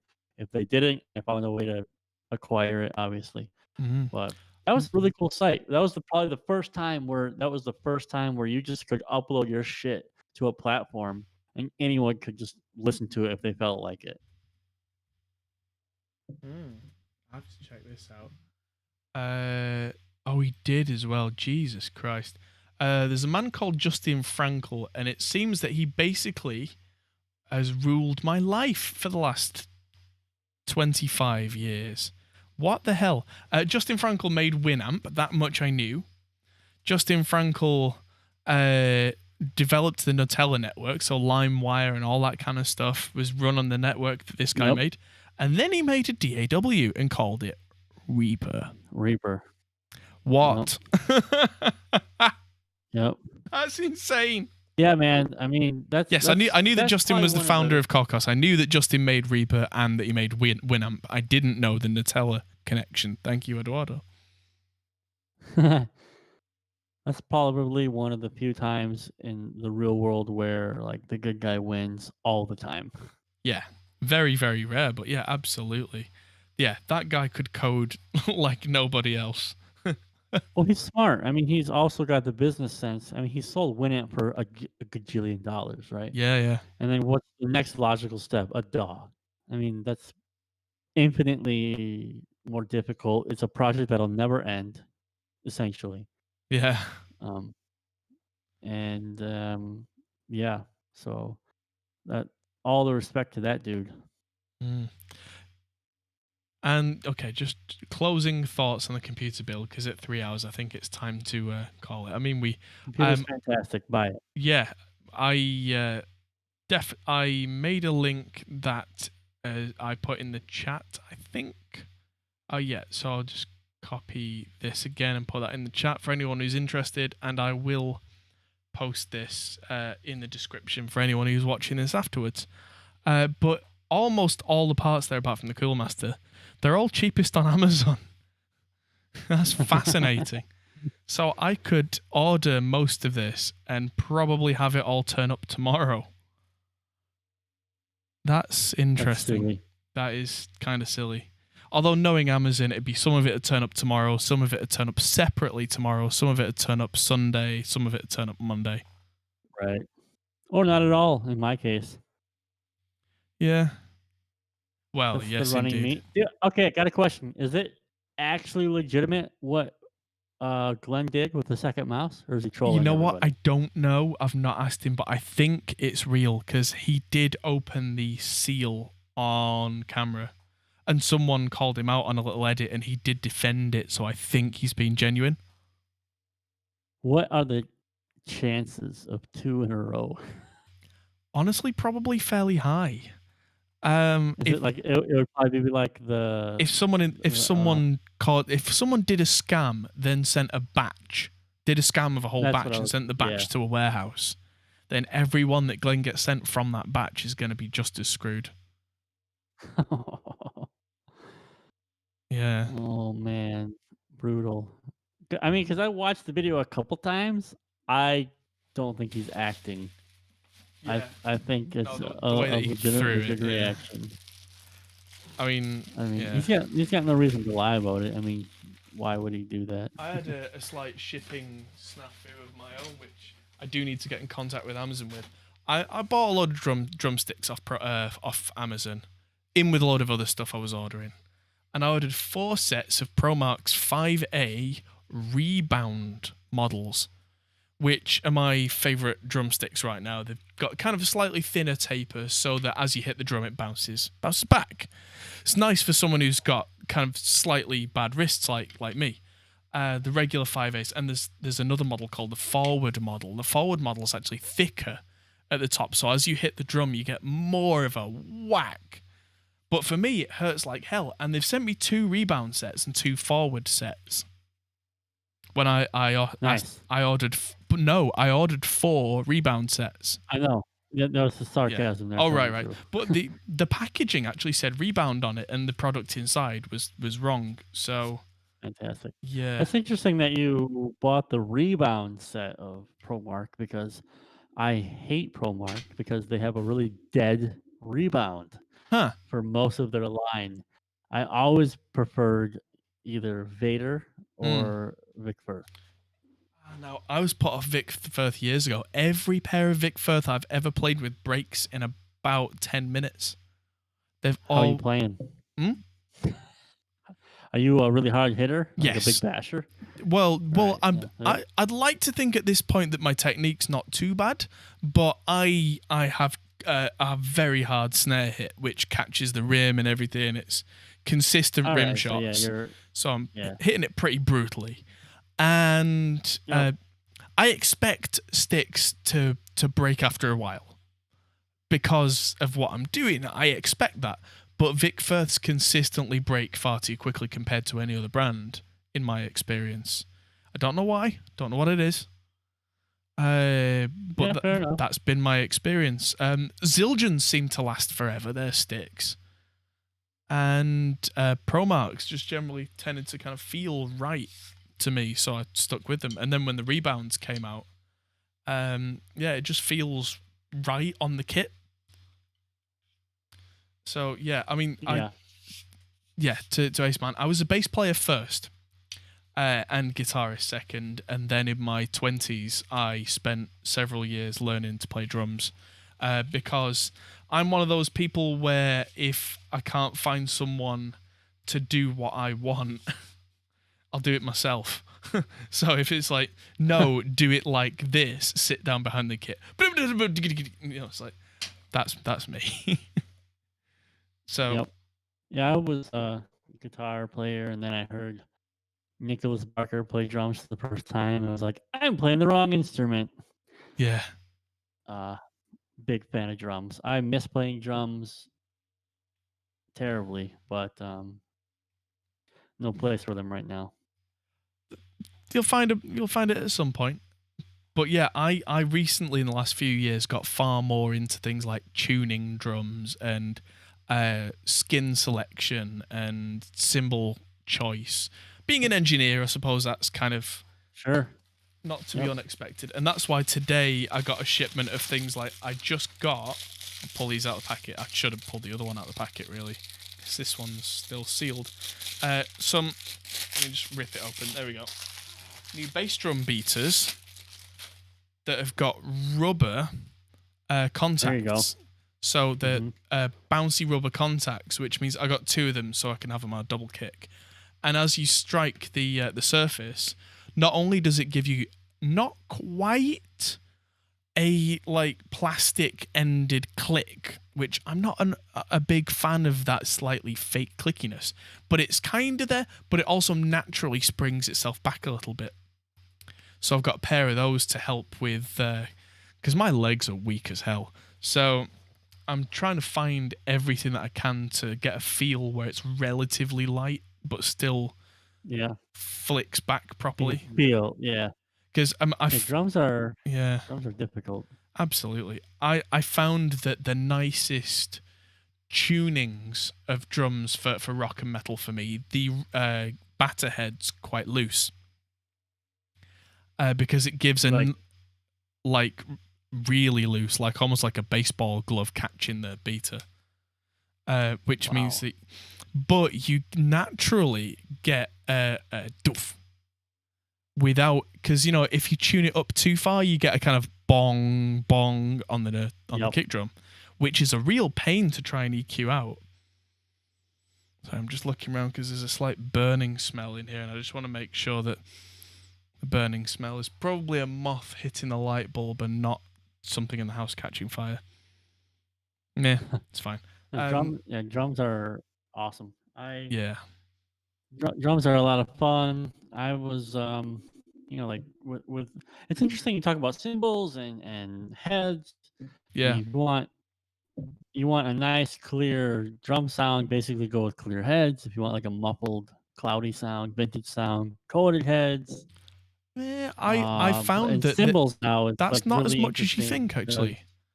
I did a whole series with code drum heads, just before so end of last year, and we found that it's far more to do with the number of plies and the thickness of the head than it is the coating. Fair enough. Generally speaking, what you tend to see is that guys with clear heads tend to use either thinner heads or less plies, and coated guys do tend to use either thicker heads or more plies.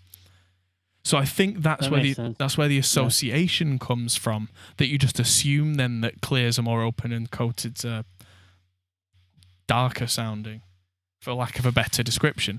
But we found that wasn't necessarily the case, because you could get some really dark vintage clear heads and some really light open sounding coated heads, depending on... I suppose because the clearing heads are pretty thick. I mean, if you want them to be, you can beat the crap out of those, the clearing heads.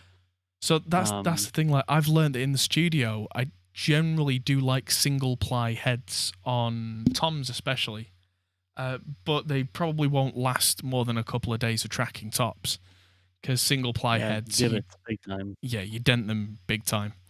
But the tone, while they've got the life in them, is open. It's natural.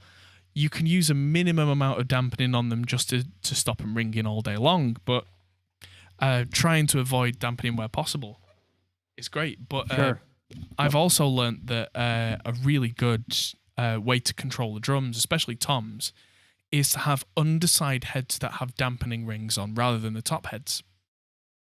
Because with the top heads, it takes all the high end out of the attack. Away, whereas with the bottom heads, because you're not striking them, you still get all the attack from the top head, but half a second later, it's starting to die down.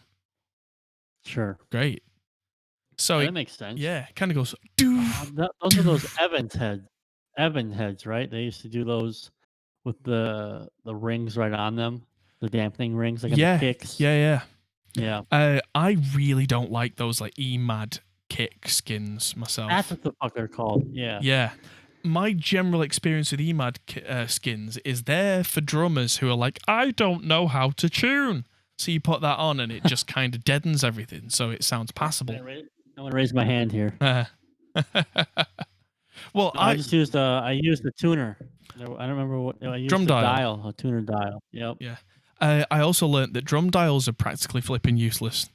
Probably. I now tune drums by note because there's no guarantee that your hoop hasn't warped. There's no guarantee that that different tensions at different heads results in the right note. I mean, generally that tends to be the case, but in the circumstances where it isn't, well, what do you do now if you don't know how to tune by a note? You're kind of screwed.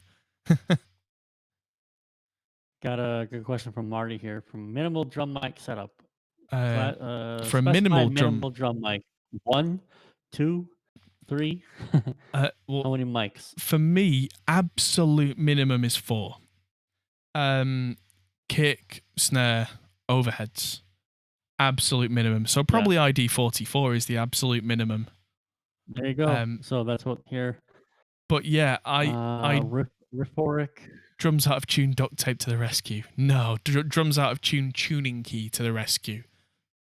That's what it should be. Man, you know you're a drummer when you got 3 tuning keys attached to your car keys.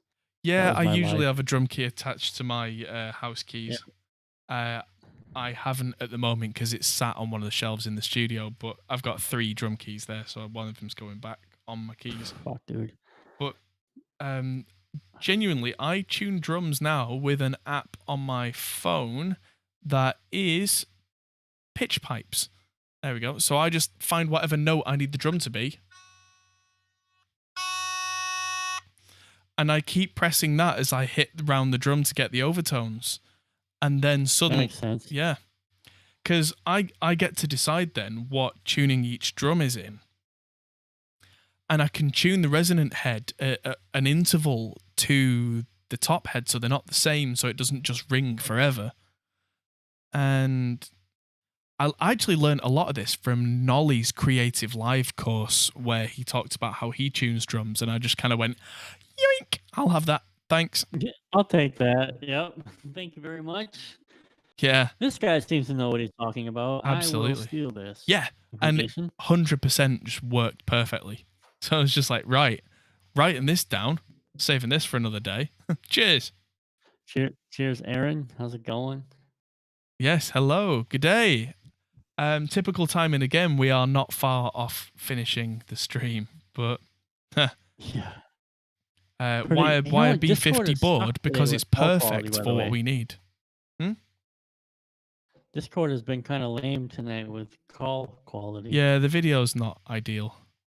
How do you know it's the correct note? Now that's more interpretive. That can be, you can tune your drums based on a song, but considering you generally tune drums in parallel fourths, that kind of goes out the window quite quickly unless you are someone like Danny Carey, who's got like 20 drums he can tune, so he can have them in the scale. But Terry Bozzio. Yeah, there's chromatically tuned drums. Generally speaking, I have found that a well-made set of toms, each one should be designed roughly with depth, drum material, all the rest, to resonate really, really well at one particular note. And so the best thing to try and do is try and tune just pick a drum, probably like a medium-sized tom, because it's easy enough to actually get hold of, so it's more convenient to do that way. And tune it to the lowest possible note that you can get a decent note from on both heads. Is it ringing really, really, really well? Does it give you that gut punch? If not, tune the whole thing up both sides by a semitone. Hit it again. Does it feel better? Does it feel stronger? Does it feel like, oof, keep going, do it again? And you should find that at some point, that tom, you smack it and it goes, and really just, the shell resonates with the heads and just goes poof, and it just feels like, yes, that is it.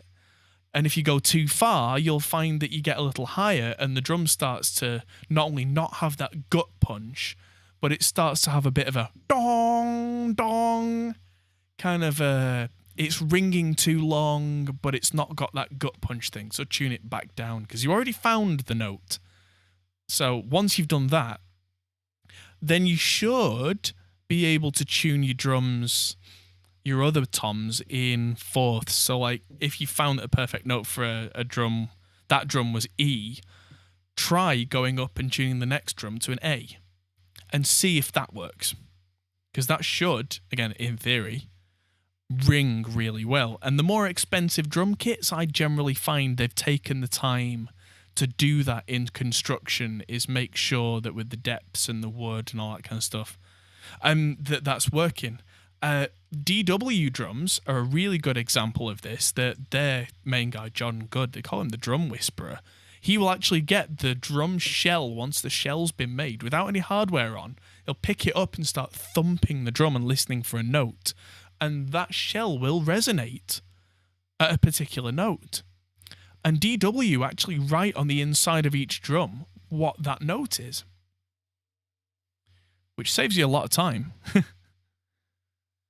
But also, I mean, it goes to show their dedication to their craft, that they care about what note the shell rings at, and they actually tell you. So yeah, if they're making a series of drums, they might make 10 of the same tom, 20 of the same tom, and they'll hit them all and listen because they'll have subtly different notes.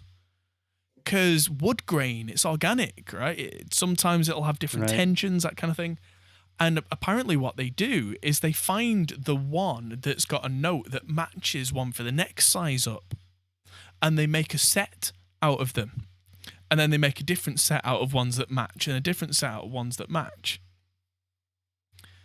So that way, they've got loads of sets that tonally match if you tune them to that proper interval. And will give you the best drum sound if it's tuned properly to that note. So that's why quite often DW drums have that kind of distinctive cannon type quality. It's because the drum techs don't have to try very hard. They just look inside the shell and they go, I should tune this drum to a C. And they go, this is the best drum ever. Yeah, I'm a genius. Yeah. I'm always been partial to Pearl Masterworks. Oh, personally. I do like Pearl stuff. Mike Mangini's got the nicest Pearl Masterworks kit. I would very much. I mean, again, it's the same thing with all other acoustic instruments. I mean, Mike Mangini just has impeccable technique. So the way he just hits the drum makes that thing sound amazing. He could probably play the shittiest PDP kit in the world. Yeah. And it would probably sound all right. Yeah. But I mean, yeah. And there was a video that one of the press outfits did with Mangini a couple of years ago where they got him to play a drum kit made out of, I think it was just like buckets. It sounded fucking incredible. Yeah, it sounded hilarious, but it sounded great. Yeah. It's a sticking technique, you know? I mean, this all stuff you got to appreciate too. Only in time. You watch his old solos from the earlier 2000s when he was like, he's a showboater, right? But damn, he's fucking good. Yeah. I mean, dang. I mean, really, seriously. Really good technician. Really good on the drums. Yeah. And the drums sound good too. He's got, I think he has gone with good tuning choices. Unlike dudes like Terry Bozzio, where it's just like ding, ding, ding, ding, ding. I mean, kind of losing the point, I think, of drums, sort of. To have every single drum tuned to the piano keyboard is interesting, and then just playing double strokes, because whatever, that's his thing. Whatever. I mean, that's the thing. Nobody else is doing it, and we're talking about it, so he's obviously done something right. I only remember him because of all of the Sabian. What are they called? When I bought Sabian cymbals, they would always come with these demo tapes where the artist would talk about why they liked Sabian. Right. And I will never forget his particular segment because I always found him so just odd. He would play the drums. He would always hit the drums like. Oh, Like the some dude's eyebrows. playing a Yeah, yeah. jazz solo. I'm just like, dude, you're playing drums. You know, Hmm. it just was weird. But I was 15 years old. I didn't know jack shit. But I mean, I get it now. But I mean, still, I'll never forget those. And that was a VHS tape, boys and girls. Hmm. It was about this big, right? No. Oh, yeah, yeah, yeah. So, I'm Mike Portnoy for Tama. It's just like, yeah. Yep. I remember it was called Sabian. Hear the Difference. It was about 45 minutes of various artists who talked. Mike I was Portnoy going was to say, I bet also, Portnoy was on there because he's been a yeah, he Sabian was user on for that. 30 years. Yeah. And I'm a big fan of Sabian. I totally dig it. I thought I wanted Peisty, but they sound so thin and brittle to me for some reason. Not a Mm. fan. Um, but it's hard. You know, people just go for Zildjian now. A lot of Zildjian A customs. They're really good. They're really good for overheads too because they're not too bright, not too dark, and you can even pick nice overhead microphones where you don't Mm. accent the high frequencies of the cymbals. But I mean, big fan of Sabian. Hmm. Big fan. Ooh, question from Marty. How many mics channels can Hot Pulse Studios do right now on a drum kit? Right now, the maximum 37. is actually 18. Just because Oh, a few years back we had a flood and our nice big stage box got destroyed, so I got a new stage box that's in an ammo crate. It's really cool. But mm. it's only got 16 mic inputs, which has actually not really been a problem because it's very rare that I'll record more than that at any given time. Need to get an extreme metal project in your studio. Well, yeah, Five but I five mean, rack toms, 4 floor toms, 2 kicks, 3 overheads. No, I'm kidding. still doable with 18 channels. Yeah, I know. It's absurd. I mean, how many you could do like 2 pairs of overheads, 2 pairs of rooms. Yeah, I mean, if I'm feeling fancy, I'll have 3 mics on the kick, 3 mics on the snare. So that's 6. I usually do 1 on each tom, so that's 10. If we've got 4 toms. But you still have 8. So you could spot mic every single cymbal. So yeah, I would spot mic hats, spot mic the ride, 2 overheads. 12. No, 2 14. overhead. 2 room mics really far back, so I can compress the hell 16. out of them. Yeah, and I've got So a we're up couple to spare. 16. Probably We a have scratch 2. track for a guitarist and Nice. singer if I want Mapex them. drums were okay. I remember when they have good budget kits, but I mean, again, there's a reason everyone goes for Pearl and DW. Yeah. I mean, the other option that I've got is I've got a load of triggers that I can put on drums as well. And I've got a Sure. Roland TD9 brain with a USB There you go. connection There you go. all the way through to the control room. So I can record actual MIDI off triggers off several drums at the same time. Which people say, oh, triggers. But depending on what genre I'm doing, if it's for like extreme metal, you probably want the triggers. Because it's cleaner than taking triggers off mics. If I'm doing it Easier on, also. if I'm doing it on anything hybrid, like kind of drum and bass rock or whatever, then I can again clean triggers to trigger samples that you obviously just can't do with a drum. I quite often use triggers to pre-open really clean gates on things like toms. Right. Because with them being contact, they have 0 bleed on them, Yep. really. So they're really, really good for actually using as gate openers. That would be the dream right there, because I really just love cleaning tom tracks. Oh, isn't it so much fun? It's my favorite. It's my favorite thing. Actually, in Cubase is not so bad because you can clean them all and then use the info line, set a fade, all at the same time. But in Reaper, you do the same fucking thing. Yeah. Anyway, it doesn't matter. It's not always perfect though because of heavy bleed. Yeah.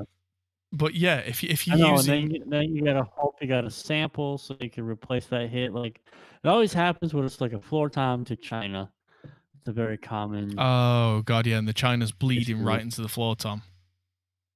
So Yeah, you you've gotta got an like, oh, I gotta ICQ on the find floor another floor tom, and tom. that harshness in the China's just coming right Yep. through. Yeah. Yeah. I mean, so that argument's there. I mean, to a point, I agree with Glenn Fricker. I think in most cases for metal, I mean, first of all, the kick is triggered in death metal and black metal. There is no Yeah, it argument. just is. Yeah. It's triggered. That's just how it goes. But that doesn't mean that the toms and the snare have to be that doesn't mean they have to be disappeared. Yeah, But I no, mean, no, no. you need a guy like Mike Mangiani who knows how to hit the snare drum Yeah.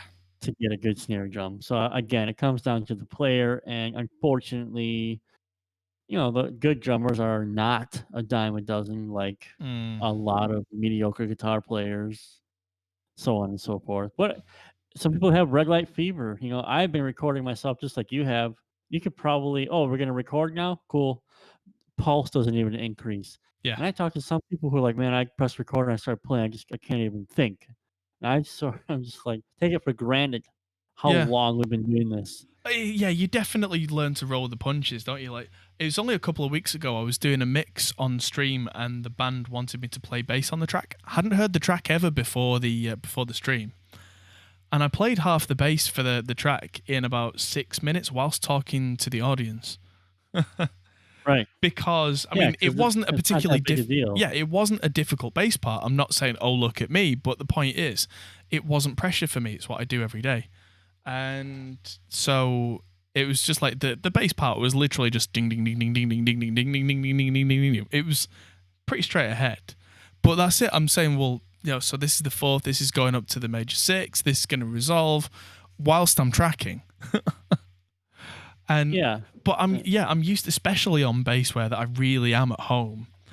That's fine for me. When I'm playing drums for a session, I really have to be, concentration face, because I'm definitely not that good. But I don't know. Maybe it's just a comfort thing that when you do something enough times, it just takes that thing away. Ace man. So room tracks for metal bands. Scoop the Just- mids out. Scoop scoop the mids, destroy them, and you're mixing for color. That's it. That's it. Devil Lock is great for that, specifically because you can add darkness. You can maybe Adam can explain. So this is where I really fail at explaining what was in my head. Yeah, With the I think Devil I know Lock, what you mean. That can it's mix such a in- heavy compressor, but the darkness really rolls the top off. Thank you. Yeah, you can make it not dead sounding, but fuck. It means it's not harsh, Um, especially because it's so heavily thank you. compressed. It's not just got a white Right. noise just sat on the top. Yeah. Yeah. So it's really, and if you don't have Devil Lock, just literally rooms, you can filter those out to like 10K. Yeah. And not really affect the toms so much, but you're going to get rid of that high white noise nonsense of the cymbals. Yeah. And then rooms are really there for character and color for the drum sound. I do like Devil Lock. I don't use it that much at the moment, but I'm kind of favoring the Slate Monster compressor, which is kind of like an 1176 with every button pressed. So it's got that very similar squishy, squashy kind of. Damn it, I'm probably going to get the fucking Slate bundle again, and it's your fault. It's all my fault. Well, actually, probably one of the last things to say on the stream before we sign off is that a long time ago, I set up our Patreon, and there was a goal, and the goal was at $100 of support, I would do a series of tutorials about all the subscriptions that you guys at home are essentially paying for and helping us to get by. So all the Slate stuff, I'm going to do a set of tutorials on over the next couple of months, and it's all thanks to you through Patreon. So yes, thank you very much. And well, thank you at home. Next will be Mick DSP. I don't deal with the Scots. Mick DSP, he's no friend of mine. I had his bundle for a while, but it's didn't really understand, so I stopped. Fun fact, at some point several years ago, it was looking like McDSP were going to be rolled into the Slate bundle, and that never happened. which is Hmm. weird. But That sucks. yeah, I actually got like a questionnaire from Slate, which was like, how would you feel about Mick DSP being part of this? Yes. And yeah, I was like, yeah, that'd be cool. And Yeah, it Silver just, Bank looks cool. The yeah, ML4000 is cool. They got a lot of cool shit, but I mean, again, it's another bundle, another bundle. yeah. Well, it's funny, like, there's now the Kilohertz bundle that comes with the Slate stuff, and I've barely used it Sure. because I'm looking at it going, that's cool. I'm busy enough with all the other stuff, but cheers. Why do I need? Yeah. I mean, it does some cool stuff, but I'm looking at it like, okay, cool, busy. I'll come back to that. And then a month goes 10 by, years and I'm like, later. yeah, exactly. So I can. I just didn't even install the plugins I didn't use. Like, I kept the reverb. I didn't install the delay. I didn't install a couple of other things that I knew I was never, ever, ever going to use. Wasn't interested in, right? Yeah. Again, Ace Man with the room sounds. Again, just crush them. All right, just absolutely crush the bejesus out of them. Roll off the low end, scoop the mids, roll off the high end if you don't have double lock, so that they're a bit darker, and just mix them in. Yeah. What I do That's things it. like that is I get them sounding where I think they would be beneficial. I turn the fader all the way down. I hit play and I close my eyes and I just lift it and lift it and lift it and lift it until I go, "Ooh, that sounds nice." Then I probably turn it Yep. down a little, and that's it. Yep. And that's it. Yeah. And then you hit stop. You walk away for a minute, make yourself a coffee, come back, hit play, and go, "That's it." And just trust your first instinct. Don't overthink it. So I was very lucky to get my favorite. I don't want to say his name on stream. Anyway, there's somebody who I really respect and admire who's mentoring me in this realm of mixing. And he takes the core principle of simplicity to the next level. Like, it needs to be simple AF. And he uses double lock on rooms as well. Literally just crushes them, darkness knob. That's it. And overheads. Like, he's so good at engineering drums. He doesn't even have to filter out overheads that much. He just filters it so he gets like the last fundamental of the low floor tom, and that's it. There's a little bit of like a 500 cut, and then leaves it. That's it. That is all he does on overheads. Well recorded overheads, I don't tend to take all the low end out of them anymore. I mean, a lot of my snare body comes from the overheads.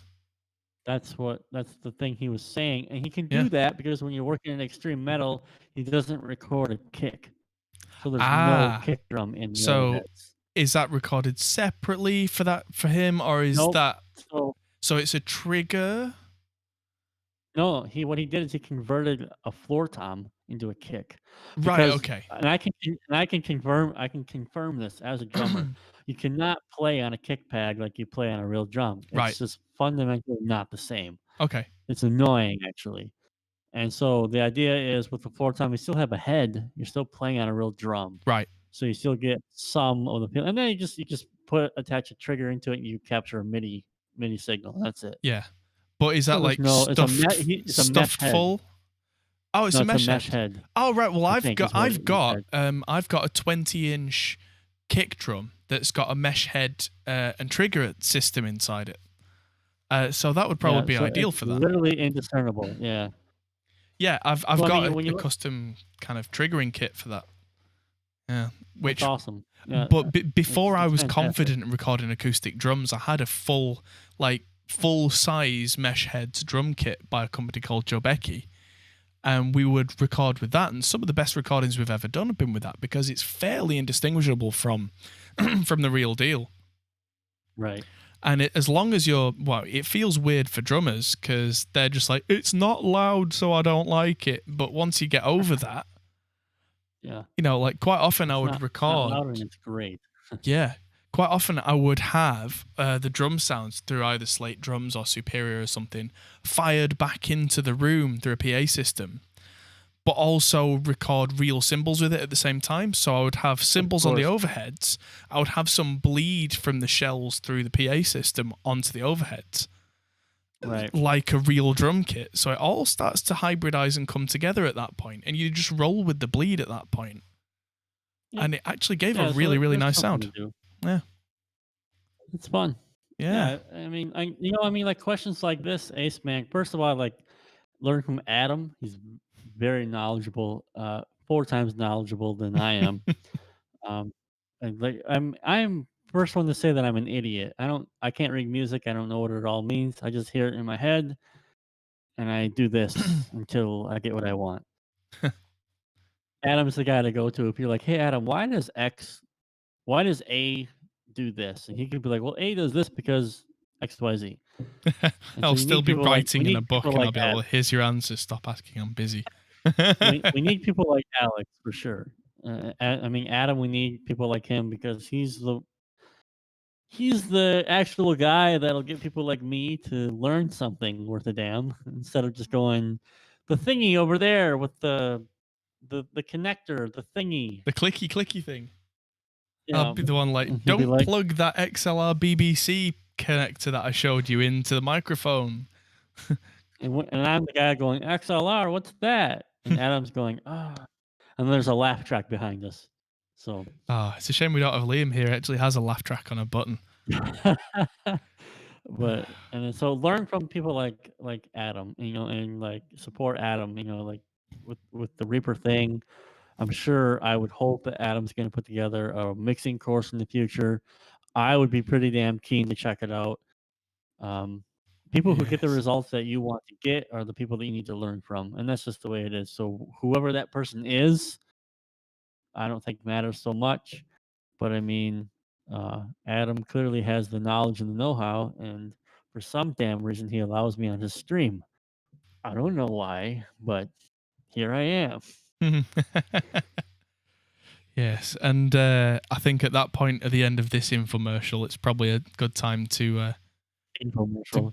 go to bed. What infomercial? You mean about the complete Reaper guide on Pro Mix Academy that you created? The Ultimate Reaper Guide. I'm sure Scott's already dropping his affiliate link in the description. I don't know. I'm not, dude. I'm not that cheeky. Come on. I know. I'm pulling your leg. But yes, Good idea though. Next time I'll do that.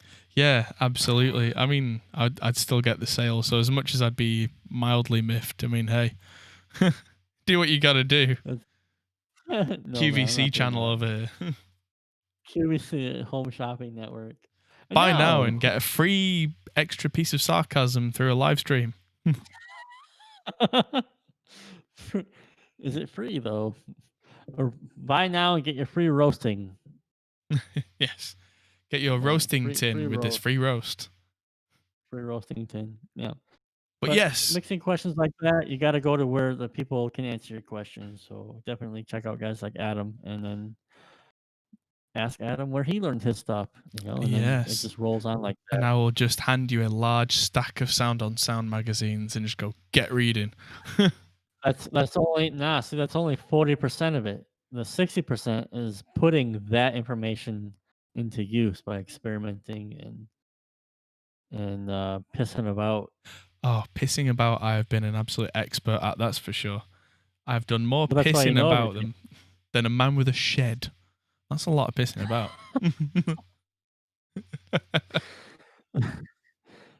Anyway, thank you everybody and good night. That's probably a good one to end it on. That's a good one. Pissing about. Goodbye, click. Yeah. Tell you what, shall we say we'll do the budget audio PC stream? Do you think you'll be available on Friday? The budget one, 500 quid. Yeah, let's say 500 just for that's going to be a little tougher. Yeah. Yeah, that'd be fun. Let's do that. Yeah, okay. So Friday night next week, we're going to do the final part of this series, which is the budget build while we ramble and talk bollocks for several hours. I see Marty posted my affiliate link. Thank you, Marty, very much. Good job, buddy. Check is in the mail. Yes, indeed. So yeah, check out the Reaper course. Check out Scott's Guitar Tone Mastery as well. And I'm going to bed. I'm going to put up... what day is it? What day is it? Well, technically it's Saturday, but it's still Friday, basically. Right. Tomorrow I'll put up an unboxing video of all things because I've had a lot of crap come into the studio. I will put up a vlog, one of the two. Then Well, he Sunday, is legit. Thanks, Mark. yeah. Then Sunday, there's going to be an interview with David Nosey. Is that how you pronounce it? I'm sure he told you. Nausea. Gnozzi. Nausea. Nausea. No, Nosey. nausea. Nosey. Yeah, Italian. In my One video, I interview asked with him one how to Mr. David say Nosey. it. Nosey. He's really cool. You guys don't want to miss that interview. He's actually incredibly knowledgeable. Yeah. Very easy to talk to. So Yeah. definitely watch that. I didn't know what to make of David going in because I've seen his channel and he's very knowledgeable, but he's a big, muscular man, very intimidating, very piercing blue stare. Super nice guy. We got on like a house on fire. Yeah, me and Yep. Scott have both Nice interviewed him this week, and he's just the nicest guy. Yep. So Very funny. yeah, Very easy to chat with. and Like yeah, over answers questions. Like the hardest part for me was editing the video. Like fuck, I got like an hour, and I gotta edit this down. I'm like, so I'm literally going like this. Like, what information to keep? What information should I edit? yeah. Yeah, it was good. I'll be watching it, so I can't wait to see it. You said it's on Sunday, right? Yeah, it will be on Sunday. Yeah, I was quite. Okay, fair enough. Cool. It will be out for patrons probably now. I'll do that now before I forget. Oh, fair, cool. Because I Watch it, it's will awesome, forget. Dave. Yeah, I was quite relieved to see. I watched your interview with David today. That a lot of the questions that have ended up being kept are very different from the questions I was asking. So Yeah, I mean, that's the cool thing is I watched his interview with Glenn, and Yeah. sort of a little bit, and I was like, okay, so I wanted to be more specific, because it was important that he has a chance to talk about his course, not just the same things all the time. Right. So, and you have a different interest, I have different interests. So Yeah, of course. yeah. It's why it works out very well. So almost Black Mesa time. Yeah. So yeah, there I you think go. I'm gonna have a different video and then hopefully a mixed video on Monday. I was gonna do one on Wednesday, but I was absolutely bushwhacked. I've got 2 more songs to mix now for Banana Ranch. It's a band called Banana Ranch. Oh no, you've seen some of the streams. You've seen some of what I've been doing. Sure. Yeah, Yeah. so I've got 2 Yeah. more songs to do for those guys, which I'll be starting again on Monday. And so there's lots and lots and lots to come out. There's going to be a video every day for a while on the Hot Pole Studios channel. So with that, And you sent me a very interesting message, by the way, oh, about you want to mix one of my songs. Is that what you said? master. Yeah, I was just interested in talking about mastering for brutal metal. So if there's something Alright. that you're working on, it'd be interesting to take something and go, Yeah, here's how I I'll would. talk to the band and see if they'll be all right with it. I got a slam band I'm mixing right now, client, and I'll ask them if they're cool with it. Yeah, cool. So you stem master it, however you want to do it. I'll shoot you files. Yeah, that'd be a lot of fun. I mean, I take great joy in mastering. It's one of my favorite things. It's so much of a black art. It's so hard to define that every time you come to master a different project, every setting can be completely different to the previous project. Yep, that's true. And it might sound completely different from the previous project as well, but it'll still, like, if you listen to every project that I've ever mastered, you might kind of pick up like, oh, that's one of Adam's masters. Like, there are certain mastering engineers who have a sonic imprint, and it's not it's not intentional, but I like certain characteristics, and it's fascinating how that translates through. So that's why it's not a bad. That's why what's the word? That's why it's not something to worry about when you show somebody how to mix, because they can't replicate your sound. Yeah, they'll never do what you do. That's very true. Yep. I take little things from every mixing engineer and mastering engineer that I watch and go, I like that, I like that, I like this, I like that. Is it plagiarism? No, because it's like taking a cooking tip. Taking cooking tips doesn't mean that you cook exactly like somebody else. It just means that you've got a bit of this, bit of that, bit of this, bit of that, and at the end of it, by putting your own spin on all of it, you end up with a whole new thing.